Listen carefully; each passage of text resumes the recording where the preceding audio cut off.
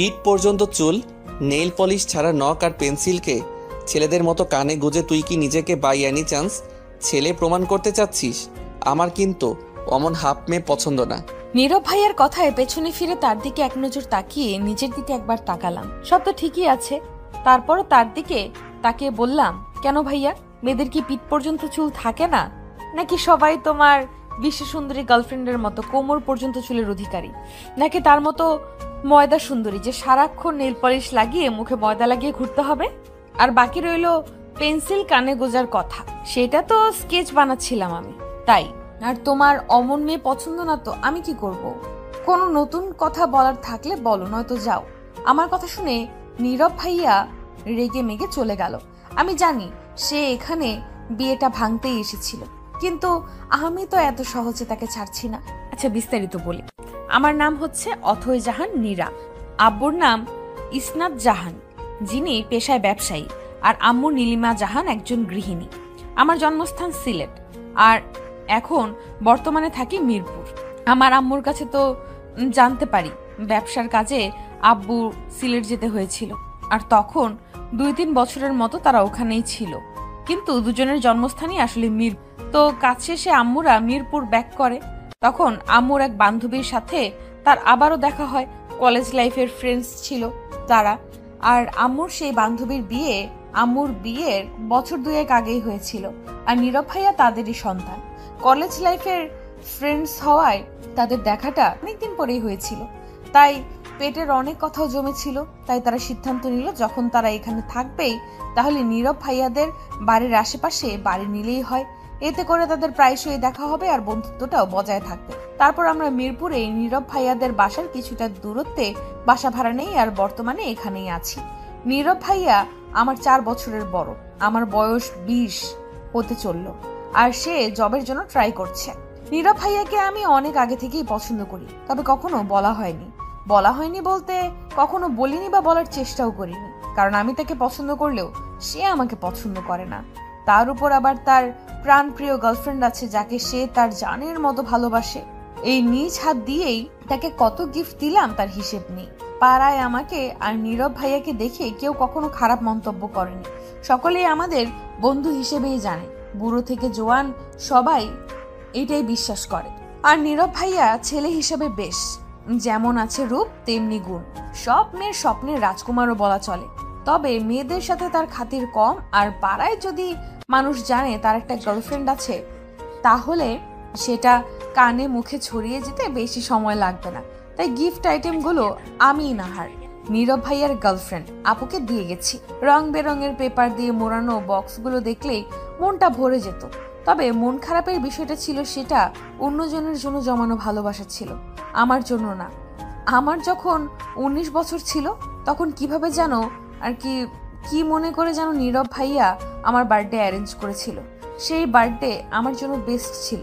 তো তখনই আমরা হাসি মজা করতে করতে নীরব ভাইয়া আমার মুখে কেক লাগিয়ে দিয়েছিল। সেটা ধুতেই ওয়াশরুমে গিয়েছিলাম। ওয়াশরুম ছিল আম্মু আব্বুর পাশের ঘরে। তখন ওই ঘর থেকে ওদের কথোপকথন আমি স্পষ্ট শুনতে পাচ্ছিলাম। যেহেতু ওরা প্রায়শই যে কোনো বিষয় নিয়ে আলোচনা শুরু করে দেয়, সেহেতু আমিও চুপচাপ মুখে পানি দিচ্ছিলাম। কিন্তু হঠাৎই আন্টির মুখে নীরব ভাইয়ার নাম শুনতে পাই, আর নীরব ভাইয়ার বিষয়ক সব জিনিসেই আমার ইন্টারেস্ট আছে। তাই আমি আরেকটু দেয়ালের দিকে সরে ভালো মতো শোনার চেষ্টা করলাম যে আসলে তারা বলছেটা কি। তখন আন্টিকে বলতে শুনেছিলাম তিনি নাকি এর পরের বছরই আমাকে তার বাড়ির বউ করে নিতে চান। যদিও নীরব ভাইয়ার জব নেই, তবুও তার রেজাল্ট অনেক ভালো। জব পেতে বিশেষ কোনো সমস্যা হবে না। প্রথমে ঘরোয়াভাবে বিয়ে দিয়ে তারপর ভাইয়া জব পেলেই ছোট্ট একটা অনুষ্ঠান করা হবে। অবশ্য অনুষ্ঠানে আমার বিশেষ কিছু এসে যায় না। সেদিন আমি অনেক খুশি হয়েছিলাম, যা কোনো অনুষ্ঠানের থেকে কম ছিল না। প্রায় 1 বছর পর্যন্ত সেই খুশি আমি নিজের মধ্যে সীমাবদ্ধ রেখেছি। এটা জানা সত্ত্বেও নাহার আপুকে গিফট দিয়ে গেছি। সেই টাইমটাই অনেক রাগ লাগতো নীরব ভাইয়ার উপর। আমাকে সে ছোট থেকে চিনে, কিন্তু আমার প্রতি তার কোনো ফিলিংসই জাগলো না। অবশ্য আমরা প্রায় এমন কাউকে ভালোবাসি, তারা আমাদের ভালোবাসার মূল্য দেয় না। এতে অবশ্য কারো দোষও দেওয়া যায় না, কারণ ফিলিংস তো আর জোর করে আনা যায় না। এই যে আমি নীরব ভাইয়াকে ভালোবাসি, সে হয়তো বুঝেনি কখনো। আর নীরব ভাইয়া যে নাহার আপুকে ভালোবাসে, নাহার আপু শুধু নীরব ভাইয়াকে টাইম পাস হিসাবে ইউজ করে, এটা সে বোঝে না। যদি নাহার আপু ভালো হতো তাহলে কখনোই আমি ওদের মাঝে তৃতীয় ব্যক্তি হতাম না, কারণ ভালোবাসা মানেই ত্যাগ। কিন্তু ভালোবাসার কোনো নির্দিষ্ট সংজ্ঞা নেই, সেটা যে যেমন করেই মনে করুক না কেন। বলা হয় ভালোবাসা নাকি অন্ধ হয়, তাই নাহার আপুকে নীরব ভাইয়া এতই ভালোবাসে যে তার সম্পর্কে কেউ কোনো কথা বললে গায়ে হাত তুলতেও দুবার ভাবে না।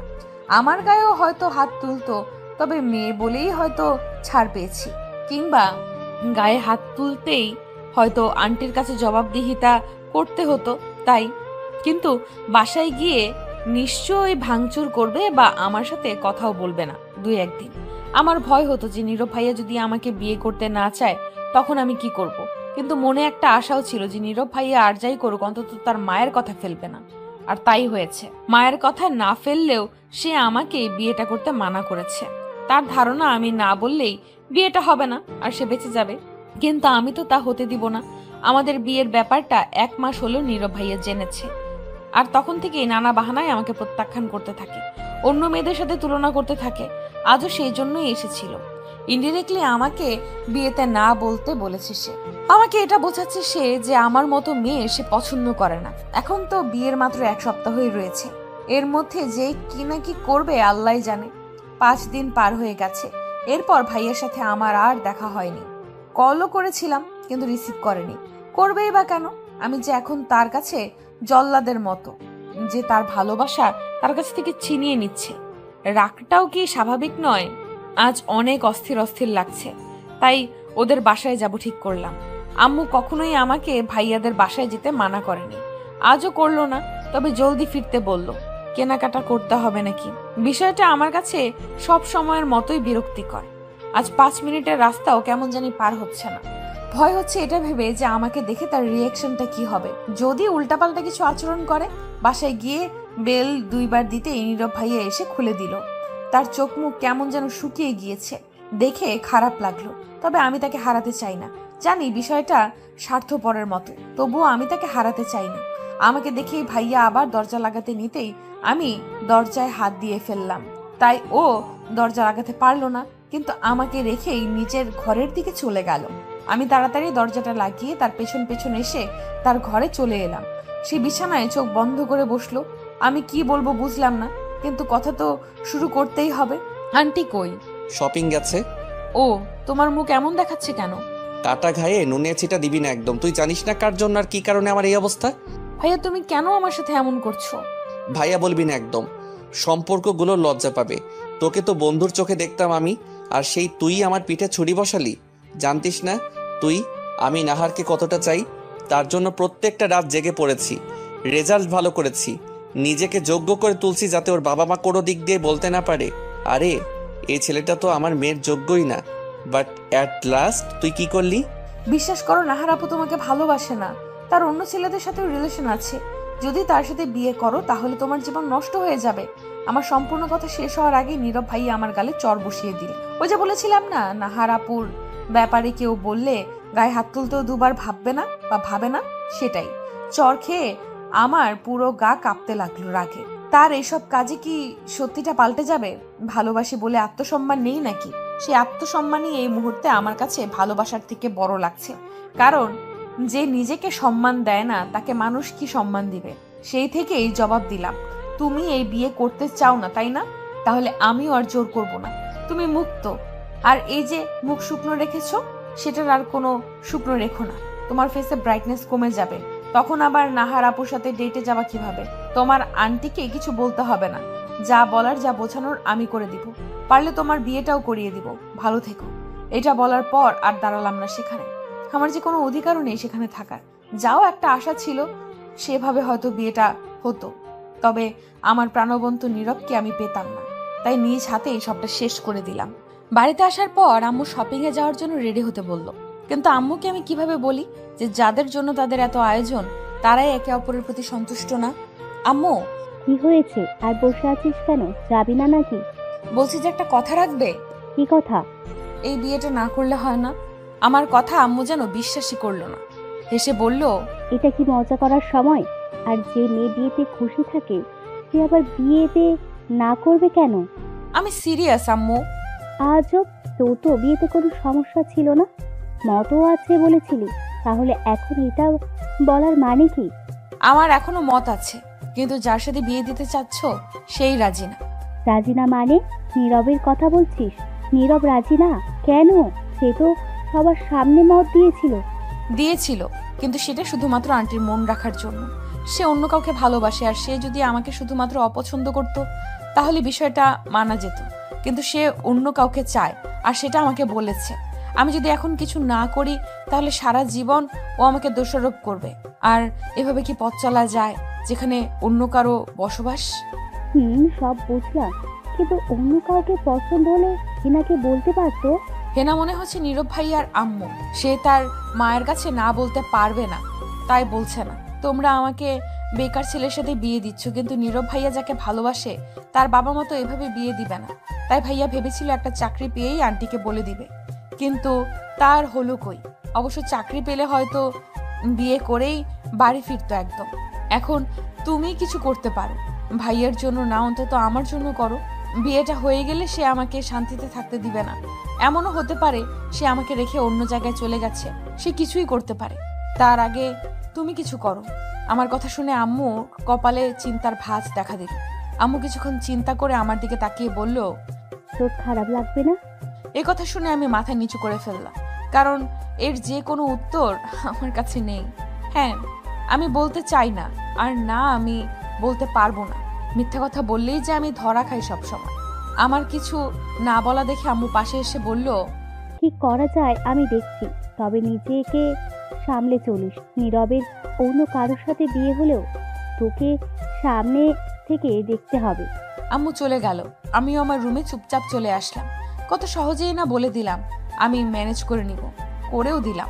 আম্মু হয়তো ভাবছে আমার বিয়ে ভেঙে যাবে, আর যার সাথে বিয়ে ভেঙে যাবে তারই বিয়ে আমাকে সামনে থেকে দেখতে হবে। তাই আমার কাছে কোনো উত্তর নেই, কিন্তু আম্মু তো আর জানে না এর ভেতরের জিনিসটা আমার কাছে কতটা গভীর। 1 বছর আগে যতটা না খুশি হয়েছিলাম, এখন সেই খুশি দ্বিগুণ দুঃখও দিচ্ছে মনে। সব খুশিগুলো দুঃখের নিচে চাপা পড়ে যাচ্ছে। তবে এর পরের দিনগুলো আমার জন্য কেমন হবে তা আমার জানা নেই। সেই দিন বিকেলেই আন্টি আমাদের বাসায় আসলো। আমি ছাদে মনমরা হয়ে বসেছিলাম তখন। আম্মু ডাক দিয়ে বলল, আন্টি নাকি এসেছে। আমি জানি এখন আন্টি আমাকে নানা প্রশ্ন করবে, জানতে চাইবে সত্যটা।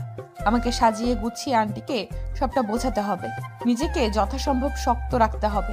নিচে গিয়ে দেখলাম আন্টি একপাশে চিন্তায় ডুবে আছে। হয়তো ভাবছে তার ছেলের মধ্যে এমন কি খামতি আছে যে আমি তাকে বিয়ে করতে না করেছি। আমি গিয়ে স্বাভাবিকভাবেই আন্টির পাশে বসে বললাম, কি খবর আন্টি? হঠাৎ এমন সময়? আন্টি যেন ভূত দেখার মতো আমার দিকে তাকালো। তিনি হয়তো ভাবছেন আমি এত স্বাভাবিক আছি কি করে। আন্টি নিজেকে সংযত রেখে বলল, নীরবকে কি তোর ভালো লাগে না? যা মনে করেছিলাম ঠিক তাই। আন্টি সেসব বিষয় নিয়েই আমার সাথে কথা বলতে এসেছে। আমি বললাম, ভালো না লাগার কি আছে? তোমার ছেলে তো হাজারে একটার মতো, তা হঠাৎ এগুলো কেন জিজ্ঞেস করছো?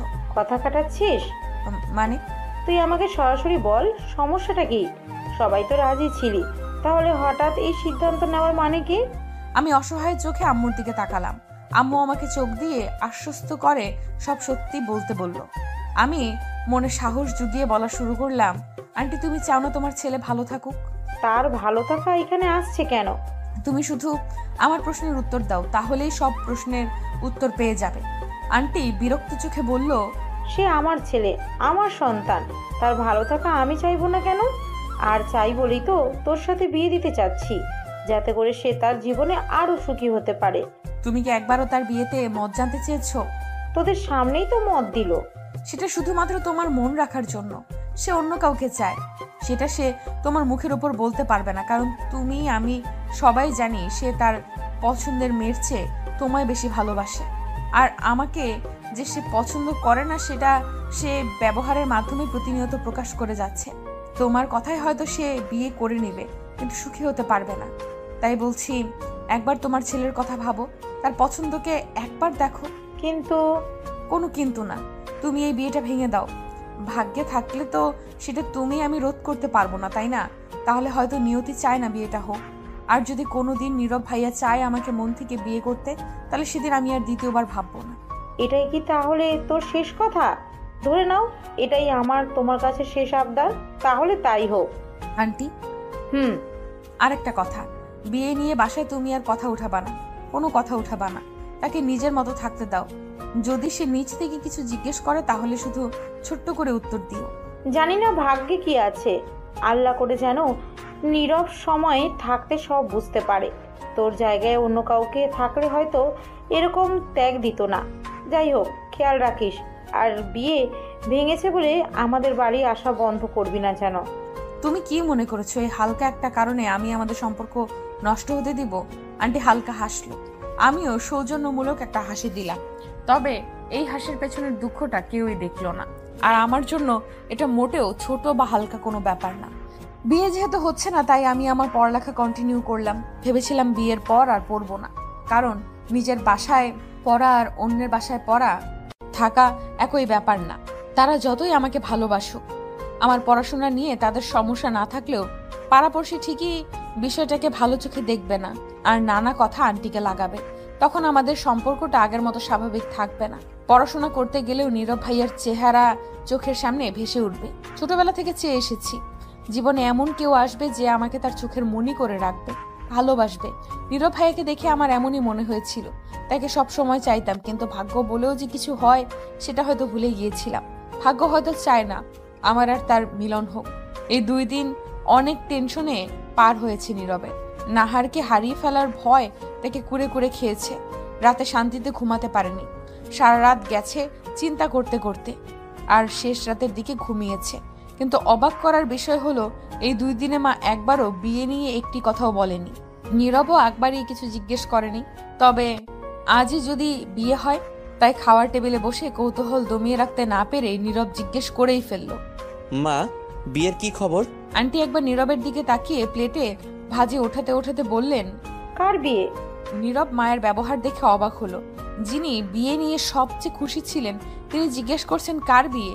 এখানে কি অন্য কারো বিয়ে নাকি? আমার বিয়ে? ও মা, তোর বিয়ে তো এখনো ঠিক করিনি বাবা। যখন তোর কাউকে পছন্দ হবে তখন বলিস। আগে একটা চাকরি তো নে। কেন, অথয়ের সাথে বিয়েটা হচ্ছে না? অবাক হয়ে বলল নীরব। নীরবের কথা শুনে তিনি নীরবের দিকে এক নজর তাকিয়ে একটা দীর্ঘশ্বাস ফেলে বললেন, তোর তো তাকে পছন্দ নয়, তাই না? তাই তোর ভালোর কথা ভেবে সে বিয়েটা ভেঙে দিয়েছে। আশা করি বুঝতে পেরেছিস। এবার জলদি খাওয়া শেষ কর। এখন 8টা বাজে, 10টার দিকে তো আবার তোর ইন্টারভিউ আছে। মায়ের কথা শুনে নীরবের মনে পড়লো তার ইন্টারভিউ আছে।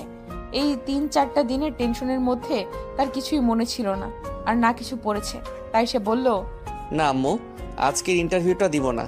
এর পরের সপ্তাহে কোনো ভালো কোম্পানিতে জবের জন্য ট্রাই করব। তোর যেরকম ইচ্ছা। নীরবের খারাপ লাগলো তার মাকে মনমরা দেখে। অথইকে মায়ের পছন্দ, তাই হয়তো মায়ের খারাপ লাগছে। কিন্তু নাহারও তো ভালো মেয়ে, মায়ের নিশ্চয়ই পছন্দ হবে তাকে। শুধু একটা চাকরি পাই, নেক্সট উইকে কোনো ভালো জায়গায় ইন্টারভিউ দিব। তাড়াতাড়ি একটা চাকরির খোঁজ করতে হবে। আমি না হয় আমার বিয়েটা আটকে ফেলেছি। 2 দিন পর যদি নাহারের বিয়ে হয়ে যায়, না, এটা হতে দেওয়া যাবে না। কেটে গেছে আরো 2 দিন। আজ শুক্রবার, তাই বান্ধবী প্রমাকে কল দিয়ে আসতে বলেছি বাড়ির কিছুটা দূরে। জায়গাটা অনেক সুন্দর, অনেকটা গাছে ভরা নিরিবিলি পরিবেশও বলা যায়। মানুষের যাতায়াত কম, পাশ দিয়ে একটা নদীও আছে। রাস্তা দিয়ে হেঁটে চলেছি আমি আর প্রমা। মনটা অনেক প্রফুল্ল লাগছে এখন। এই, হঠাৎ প্রমার ডাকে তার দিকে তাকিয়ে বললাম, কি হয়েছে? ওইটা নীরব ভাইয়া না? তার দৃষ্টি অনুসরণ করে আমি সামনের দিকে তাকিয়ে দেখলাম নীরব ভাইয়া গাছে হেলান দিয়ে দাঁড়িয়ে আছে, আর তার সামনেই আরেকটা গাছে হেলান দিয়ে একটা মেয়ে দাঁড়িয়ে আছে। তার পেছনটায় দেখতে পাচ্ছি শুধু। তবে তার লম্বা চুল দেখে চিনতে অসুবিধা হলো না যে এটাই নাহার আপু। তাই প্রমাকে বললাম, আমার আর ভালো লাগছে না, চল বাসায় ফিরে যাই। খুব বেশি খারাপ লাগছে না? মানে নীরব ভাইয়ের সাথে দেখা সাক্ষাৎ হয় না তো, তাই দেখা করেই যাই। তোর ইচ্ছে হলে যা, আমাদের তো প্রায় দেখা হয়। আচ্ছা বাদ দে, তুই যাবি না তাহলে আমি একা গিয়ে কি করব বল? চল আমিও বাসায় যাই। পেছন ফিরতেই আমি টাসকি খেলাম। পেছন থেকে নীরব ভাইয়ের আব্বু সাদ আঙ্কেল আসছে। আজ শুক্রবার, হাট বাজারের দিন, তাই হয়তো সকাল সকাল আঙ্কেলের দেখা পাওয়া গেল। আন্টি হলে তবুও কিছু হতো না। আঙ্কেল যদি একবার নীরব ভাইয়াকে অন্য মেয়ের সাথে দেখেছে, আমি জলদি প্রমার হাত ধরে আবারও নীরব ভাইয়ের দিকে যেতে লাগলাম। তখন প্রমা বলল, কি রে, ওইদিকে কই যাস আবার? তোর না খারাপ লাগছে? তুই তো বললি নীরব ভাইয়ের সাথে দেখা করবি, তাহলে দেখা করেই যা। কিন্তু এখন চুপচাপ দেখা কর, পরে সবটা বলছি। আমার কথা শুনে প্রমাও আর কিছু বলল না। আমি নীরবদের সামনে যেতেই তারা অপ্রস্তুত হয়ে গেল। হঠাৎ আমাদের এখানে আশা করেনি। আমি নাহার আপুর দিকে তাকিয়ে বললাম, আপু তুমি একটু দূরে যাও, নীরব ভাইয়ার আব্বু আসছে। আমাকে দেখে নাহার আপু হয়তো কটাক্ষ করে কিছু বলতো, কিন্তু আমার মুখে এই কথা শুনে কিচ্ছু বলল না। কিন্তু পেছনে ফিরে যাওয়ার সময় আমাকে উদ্দেশ্য করে বলল, নীরব কিন্তু আমারই থাকবে। আঙ্কেলের কথা বলাতে যে ভয়ের রেখা ভাইয়ের মুখে ফুটে উঠেছিল, সেটাই এখন নাহার আপুর কথায় খুশিতে পরিণত হয়েছে। তবে কথাটা আমার মনে দাগ কেটে গেল। প্রমা বুঝলো না কিছুই, কারণ এই সব কিছুই শুধুমাত্র নীরব ভাইয়া আর আমার পরিবারের মাঝেই ছিল। কিন্তু নীরব ভাইয়াই হয়তো নাহার আপুকে বলেছে, কারণ সে কোনো কিছুই ওর থেকে লুকোয় না। এরই মাঝে আঙ্কেলও আমাদের পাশে এসে গেছে। আমরা কিছু সৌজন্যমূলক কথা বলেই আঙ্কেলকে বিদায় দিলাম। প্রমাও নীরব ভাইকে কিছু সাধারণ কথাবার্তা জিজ্ঞেস করলো। তারপর আমরা বিদায় নিতে গেলেই নীরব ভাইয়াও বলল সেও এখন বাসায় যাবে, তাই আমরা একসাথেই হাঁটতে থাকলাম। প্রমা মধ্যখানে আর আমরা দুইজন দুই পাশে। আমি তার পাশে দাঁড়াতে পারিনি, কারণ সংকোচ, আর সে দাঁড়ায়নি কারণ আমি সরে এসেছি বলে। চুপচাপ হাঁটতে হাঁটতেই হঠাৎ প্রমা বলে উঠল, আচ্ছা নাহারাপুর তখনকার কথাটার মানে কি? ওর এই প্রশ্ন শুনে আমি আর নীরব ভাইয়া দুজনেই দাঁড়িয়ে গেলাম। আমাদের দাঁড়াতে দেখে প্রমাও দাঁড়িয়ে বলল, কি হলো, দাঁড়িয়ে গেলি কেন? তখন আমরা আবারও হাঁটতে শুরু করলাম আর বললাম, তুই তো জানিসই নাহার আপু নীরব ভাইকে কত ভালোবাসে, আর আমি আর নীরব ভাই তো অনেক ক্লোজ, তাই হয়তো ভুল বুঝে বলেছে। আমার কথা প্রমার বিশ্বাস হলো বলেই মনে হয়। পরের রাস্তায় আমি সংকোচে পড়লাম, কারণ এতক্ষণ প্রমার সাথে ছিল, কিন্তু তার বাড়ির ডান দিকেই, আর আমাদের এখন একা যেতে হবে। আমি কিছু না বলেই চুপচাপ হাঁটতে থাকলাম। এমনি দিন হলে হয়তো বকবক করে মাথা খেয়ে ফেলতাম তার, তবে আজ নিজেকে নিজের কাছেই তুচ্ছ মনে হচ্ছে। নাহারকে সব বলেছি আমি, এত সংকোচের কিছু নেই। জানি আমি। জানিস মানে? তার থেকে তো তুমি কিছু লুকিয়ে রাখো না, তাই জানি। তাহলে এত সংকোচ কিসের? একটা মেয়ের পছন্দের মানুষের সাথে বিয়ে ঠিক হওয়ার পর বিয়ে ভাঙলে সে নিশ্চয়ই আনন্দে আত্মহারা হয়ে থাকবে না। না পাওয়ার চেয়ে পেয়ে হারানোর দুঃখটা বেশি লাগে। তবে সেই শোকে যে তোমার বিয়েতে আসবো না সেটা কিন্তু মনে করো না। অবশ্যই আসবো, আর নিজ হাতে সবটা করব। আমার কথার বিপরীতে নীরব ভাইয়ার কিচ্ছু বলল না। বাড়ি ফিরেই গোসল করলাম। নীরব ভাইয়া আর আমার বিয়ের খুশিতে যে পেন্টিংটা করছিলাম সেটাও বাকি থেকে গেছে। তো কি হয়েছে, বিয়ে না হোক, সেটা তো আমি কমপ্লিট করেই ছাড়বো। তাই সমস্ত সরঞ্জাম নিয়ে ব্যালকনিতে এসে বসলাম। আম্মু এখানে সাধারণত আসে না, তাই এটা শেষ হলে এখানেই রেখে দিব। মন খারাপ হলেও এখানে এসে এটা দেখ। অন্যদিকে নীরব মন দিয়ে প্রিপারেশন নিচ্ছে। তার চাচা একটা ভালো জায়গায় ইন্টারভিউ দেওয়ার ব্যবস্থা করে দিয়েছে। যদিও জব সাইটগুলো থেকে সে প্রতিনিয়ত এগুলো খবর নিতেই থাকে। তার মন মতো সরকারি চাকরির পরীক্ষাটা একবার টিকে গেলেই নাহারকে প্রথমে জানাবো, তারপর সে কত খুশি হবে। 25 থেকে 26 বারের মতো নীরবকে ফোন দিয়েও নাহার পাচ্ছে না। মেজাজ গরম হয়ে গেছে তার একেবারে। নীরবের সাথে একবার দেখা করা উচিত, না হলে পরে ঝামেলা করবে। কিন্তু ফোন দিয়ে কি নীরবকে পাওয়া যায়? সে একদম মন দিয়ে পড়তে ব্যস্ত।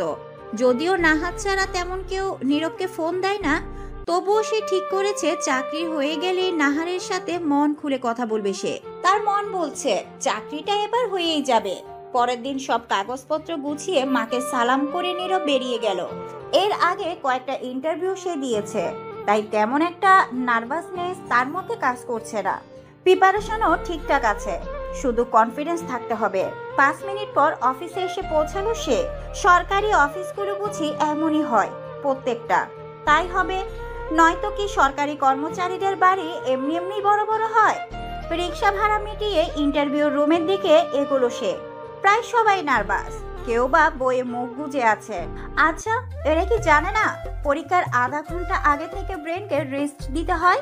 পড়াগুলো মাথায় সব ইনপুট হয়, জানবেই বা কিভাবে? এরা তো ফার্স্ট বেঞ্চের ছিল, সারাক্ষণ শুধু বই কিভাবে যে ঢুকে থাকে। একটুও ক্লান্তি বা বিরক্তি লাগে না? দেখতে দেখতে নীরবের ডাক পড়লো। নীরব সব প্রশ্নের উত্তর সহজেই দিয়ে দিল। তার কনফিডেন্স দেখে তারাও নীরবকে জব দিয়ে দিল, আর 2-1 দিনের মধ্যে জয়েন হতে বলল। নীরব বলল থ্যাংক ইউ স্যার বলে বেরিয়ে এলো ঠিকই, কিন্তু তার নাচতে ইচ্ছে করছে এখন। ইন্টারভিউ রুম থেকে বেরিয়ে তার পকেট থেকে ফোন বের করে সুইচ অন করে দেখতে পেল নাহারের অনেকগুলো কল। দেখেই সে মুচকে হাসলো। তারপর নাহারকে কল করলো সে। ওইদিকে নাহার নীরবের কল পেয়ে নিজের রুমে গিয়ে রিসিভ করলো। বাসা অনেক মানুষ তো, কেউ কিছু শুনে ফেললে তো সমস্যা। হ্যালো নাহার, বলছি যে এখনই আমার সাথে দেখা করতে পারবা? নাহারেরও যেহেতু নীরবের সাথে দেখা করার প্রয়োজন ছিল, তাই সেও দ্বিমত পোষণ করলো না, শুধু বলল, কোথায় দেখা করতে হবে? এখানে চলে আসো, তোমার বাসারও পাশে হবে। পৌঁছাতেই নীরব বলল, তোমার জন্য সারপ্রাইজ আছে। কিন্তু তোমার আর ফালতু সারপ্রাইজ আমার দরকার নেই। এর আগেও সারপ্রাইজ করলে নীরব শুধু গিফট দিত, কিন্তু এবার সে সত্যিই বড় একটা সারপ্রাইজ আছে, তা নাহার শুনলো না। ওর মনে হলো নীরব হয়তো কোনো ফালতু গিফট এনেছে। এভাবে বলছো কেন? আচ্ছা ফোন অফ ছিল তাই? আচ্ছা রাগ করো না, আমার গিফট, এই তোমার সব রাগ ঠান্ডা হয়ে যাবে। বললাম তো তোমার কোনো ফালতু গিফট আমার দরকার নেই। এভাবে বলছো কেন, আর কারণ কি? কারণ আমি এই রিলেশনটা আর কন্টিনিউ করতে পারছি না। কথাটা শুনে নীরবের কি বলা উচিত সে বুঝলো না, তবুও কোনো রকম বলল, কারণটা কি জানতে পারি? অবশ্যই, তার জন্যই তো কাল থেকে ফোন করেও তোমাকে পাই না। সে যাই হোক, আমার বিয়ে ঠিক হয়ে গেছে, ছেলে সরকারি চাকরি করে, আর সেখানে তো তুমি একটা বেকার, আর এরকম রিলেশনের কোনো ভবিষ্যৎ নেই। কিন্তু তুমি তো অথৈকে কালকেই বললে আমি শুধু তোমারই থাকবো, তাহলে তুমি অন্য কারো হয়ে যাচ্ছ কেন? কারণ তখন আমি বুঝিনি। আচ্ছা, বিয়েটা তুমি ভাঙার চেষ্টা করনি? পাগল হয়েছি আমি? এত ভালো একটা ছেলেকে আমার ফ্যামিলি হাতছাড়া করবে নাকি? সেটা তো বোকামি হবে। তাহলে আমাদের ভালোবাসা? কিসের ভালোবাসার কথা বলছো, যেটা কখনো ছিলই না? শোনো, আমি একমাত্র সাজিদকেই ভালোবাসি, যার সাথে আমার বিয়ে ঠিক হয়েছে। সময় পেলে একদিন দেখা করিয়ে দিব, আর দাওয়াত দিতে ভুলবো না, চিন্তা করো না। আর বিয়েতে কোনো প্রকার ব্যাঘাত ঘটানোর চেষ্টা করো না। আচ্ছা, করবো না। নাহার ঘুরে চলে যাচ্ছে আর নীরবে চিৎকার করে বলতে চাইছে, আমিও চাকরি পেয়েছি, চাকরির দোহাই দিয়ে হলেও আমার হয়ে থেকো। কিন্তু সে বলবে না, কারণ সে নাহারের আসল চেহারাটা দেখে ফেলেছে, যা শুধু টাকাতেই ভালোবাসে। এখন যদি নাহার ওকে বিয়ে করতে রাজিও হয়, তবুও তাকে নয়, কিংবা তার জন্যও নয়, তার টাকার জন্য করবে। এখন অথয়ের বলা প্রত্যেকটা কথা তার মনে পড়ছে। সে নাহারের বিরুদ্ধে বলেছিল বলে তাকে এই নিজ হাতে চড় মেরেছি। আমার খারাপ হবে ভেবে সে নাহারকে দূরে করার চেষ্টা করছিল, কিন্তু আমি অথৈকে প্রত্যাখ্যান করেছি। আমি তার ভালোবাসা, তার ফিলিংস আমার জন্য সত্য ছিল, সেগুলোকে প্রত্যাখ্যান করেছি আমি। হীরাকে কাজ ভেবে ভুল করেছি আমি। মাকে কি জবাব দিব আমি? এত ভুলের মাঝে কার কাছ থেকে ক্ষমা পাবো আমি? এগুলোর একটাই সমাধান, হ্যাঁ সেটাই করব আমি। আর একটা রিক্সা ডেকে বাড়ির পথে রওনা হলো নীরব। কলিং বেল বাজাতেই নীলিমা জাহান গিয়ে দরজা খুলে দিলেন। এই সময় নীরবকে দেখে তিনি অবাকই হলেন, তবুও বললেন, এই সময় নীরব, কোনো কাজ ছিল নাকি? অথৈ কোথায়? হঠাৎ অথয়ের কথা? আন্টি প্লিজ বলো। ও তো ছাদে আছে। আচ্ছা। বলেই নীরব ছাদের দিকে গেল। নীলিমা শুধু নীরবের কার্যকলাপ দেখলেন, চোখ মুখ কেমন বিধ্বস্ত লাগছে তার। তাহলে কি সে নিজের ভুল বুঝতে পারলো ভেবে মুচকি হাসলেন নীলিমা। ছাদে বসে দূরের পানে চেয়েছিলাম আমি। ঘরের চার দেয়ালে বন্দি থাকার চেয়ে ছাদে খোলা আকাশের নিচে মৃদু বাতাসও ঢের ভালো। হঠাৎই পায়ের আওয়াজে পেছন ফিরেই নীরব ভাইকে দেখে অবাক হলাম। সে অনেক তাড়াতাড়ি আমার কাছে এসে বলল, অথৈ, একটা প্রশ্নের উত্তর দিবি? হঠাৎ এসে এই প্রশ্ন শুনে কেমন যেন লাগছে, তবুও বললাম, বলো। আমার যে চাকরি নাই, তবু তুই কেন বিয়ে করতে রাজি হলি? চাকরি তো বাচ্চার হাতের মোয়া না যে চাইলেই পাওয়া যাবে, আর এমনও না যে তুমি কোনোদিন চাকরি পাবা না। আর আমি কি সার যে সব খেয়ে ফেলবো? আর আমি একটা দীর্ঘশ্বাস ফেলে বললাম, সেটা তো জানোই। অথৈ, আমি তোর কাছে কিছু চাইলে দিবি? তোমার জন্য তো আমি নিজেকেই বিলিয়ে দিতে রাজি, সেখানে কিছু চাইলে দিতে পারবো না? বলো কি চাও? তোকে বিয়ে করতে চাই। ভাইয়ার কথার আগামাথা কিছুই বুঝতে পারলাম না। হঠাৎ কেন এই কথা বলছে তাও আমার অজানা। যে ছেলে বিয়ে করবে না বলে 1 মাস ধরে মাথা খারাপ করে দিচ্ছিল, নানা বাহানায় আমাকে বোঝাচ্ছিল সে আমাকে চায় না, আজ সেই আমাকে বিয়ে করতে চায়। এর নিশ্চয়ই কোনো না কোনো বড় কারণ আছে। বড় কোনো কারণ না থাকলে এত বড় সিদ্ধান্তও নেওয়া যায় না। তাহলে কি নাহার আপুর সাথে কিছু হয়েছে? হলেও কি এত বড় সিদ্ধান্ত নিত? আমি চট করে প্রশ্ন করলাম, নাহার আপুর সাথে কিছু হয়েছে তোমার? হলে মিটমাট করে নাও, এভাবে বাচ্চাদের মতো সিদ্ধান্ত নিচ্ছ কেন? আমার কথায় নীরব ভাইয়ার ফ্যাকাশে মুখটা আরো ফ্যাকাশে হয়ে গেল। তারপর ভাইয়া বলল, ঠিক ধরেছিস, নাহারের সাথে ঝামেলা হয়েছে আমার। তবে যা সিদ্ধান্ত নিয়েছি তা বাচ্চাদের মতো নয়। আর নাহার না কোনো বাচ্চাদের মতো ক্ষমা পাওয়ার কাজ করেছে। কি করেছে? ভাইয়া আমাকে আচমকায় জড়িয়ে ধরে বলল, তোর কথাই ঠিক ছিল অথই, ও আমাকে ঠকিয়েছে। আমি তোকে বিশ্বাস করিনি, তোর ভালোবাসাকে সম্মান করিনি। সবাই যখন নাহারের বিপক্ষে বলতো তখন আমি হাইপার হয়ে যেতাম। একবারও ভাবতাম না যে একজন বা দুইজন হয়তো চাইবে আমরা আলাদা হই। কিন্তু আমার শত্রুগুলো বলতো ও ভালো না, দেখিস তোকে ঠকাবে। আমি বিশ্বাস করতাম না। জানিস, আজ আমি আমার চাকরির খুশিতে ওকে বলতে গেছিলাম, will you marry me? But তার আগেই ও নিজের বিয়ের খবর দিয়ে দিল। ওর ফ্যামিলি থেকে জোর করলে আমি কিছু বলতাম না, বাট ও নিজে রাজি ছিল। একটাবারও বিয়ে আটকানোর চেষ্টা ও করেনি। আর আমাকে কি বলছে জানিস? ওর নাকি সাজিদ নামে আগে থেকে বয়ফ্রেন্ড ছিল, আর ও সরকারি চাকরি করে, আর ও ওকেই বিয়ে করবে। আমি এতটাই স্তব্ধ ছিলাম যে ওকে কিছু বলতেও পারিনি। উল্টে ও আমাকে তার বিয়েতে দাওয়াত করেছে। এর থেকে তো এটাই প্রমাণিত হয় যে ও আমাকে কখনো ভালোই বাসেনি। আমি জানি ও যেই ছেলেকে বিয়ে করবে তার টাকার জন্যই করবে। তারপর ভাইয়া একটু থামলো। আমিও স্তব্ধ হয়ে সবটা শুনলাম। ভালো হয়েছে ভাইয়া ও সত্যিটা নিজ থেকে জানতে পারলো, নয়তো দেরি হয়ে গেলে কি যে হতো। যাক, দেরি হলেও বুঝতে তো পেরেছে। আমি ভাইয়াকে বললাম, তাহলে কি তুমি আমাকে নাহার আপুর বিকল্প হিসেবে চাচ্ছ? ভাইয়া আমার কাছ থেকে সরে দাঁড়িয়ে চোখের পানিটুকু মুছে কিছুক্ষণ চুপ থেকে বলল, কখনোই না। তোর সাথে ওর তুলনা কখনোই হয় না। তুই আমার ব্যাপারে ভেবে আমাকে চেয়েছিস আর ছেড়েও দিয়েছিস, আর ও আমার ব্যাপারে কখনো ভাবেইনি। তুই তোর মতো আর ও ওর মতো। আমি তোকে তোর মতোই চাই। তুমি তো নাহার আপুকে অনেক ভালোবাসো। সে যদি কোনোদিন তোমার কাছে ফিরে আসতে চায়, তাহলে সেই দিন কি আমার তোমার জীবনের শেষ দিন হবে? কখনোই না। ভুলের ক্ষমা হয়, বিশ্বাসঘাতকতার না। আমি কখনো তোমার ভালোবাসা পাবো? চেষ্টা করব। আমার একটা শর্ত আছে। আমার কথা শুনে ভাইয়া প্রশ্নবোধক দৃষ্টিতে তাকিয়ে রইল। তা দেখে আমি বললাম, তুমি আমার হচ্ছিলে না, আমিও কিছু বলছিলাম না, কিন্তু এখন যেহেতু নিজ থেকে আমাকে চাইছো, তাই আমাকে ভালোবাসতে না পারলেও আমি চাই তুমি আমার হয়েই থেকো। আমাকে বিশ্বাস করো তো? করি, আমি রাজি। তারপর ভাইয়া বলল, এবার আমাকে বিয়ে করা যায় তো? আমি মৃদু হেসে জবাব দিলাম, যায়। তাহলে চল। কোথায়? কাজী অফিস। কাজী অফিসে বিয়ে করব? কেন, সমস্যা আছে? না, কিন্তু সবাইকে না জানিয়ে। সবাই তো রাজি ছিলই, আর আমাদের বিয়েটা তো ওরা দিতই। তাহলে তবুও আম্মুকে সারপ্রাইজ দিব। সেদিন বিয়েতে না করাই আম্মু কষ্ট পেয়েছিল, আর সেই কষ্ট আজ তোকে হঠাৎ বিয়ে করে ঘুচিয়ে দিব। Good idea. তারপর ভাইয়া মৃদু হেসে আমার হাত ধরে সামনে এগোতে লাগলো। আমি শুধু তাকিয়ে রইলাম। ভাইয়া আবারও পেছনে ফিরে আমার দিকে তাকিয়ে দেখলো। আমি হাতের দিকেই তাকিয়ে আছি, তাই ধীরে ধীরে ছেড়ে দিল। আমি ওখানেই দাঁড়িয়ে গেলাম। তারপর বললাম, শোনো। ভাইয়া কিছুটা এগিয়েছিল আমার থেকে। আমি ডাকতেই আমার পাশে এসে বলল, কি হলো?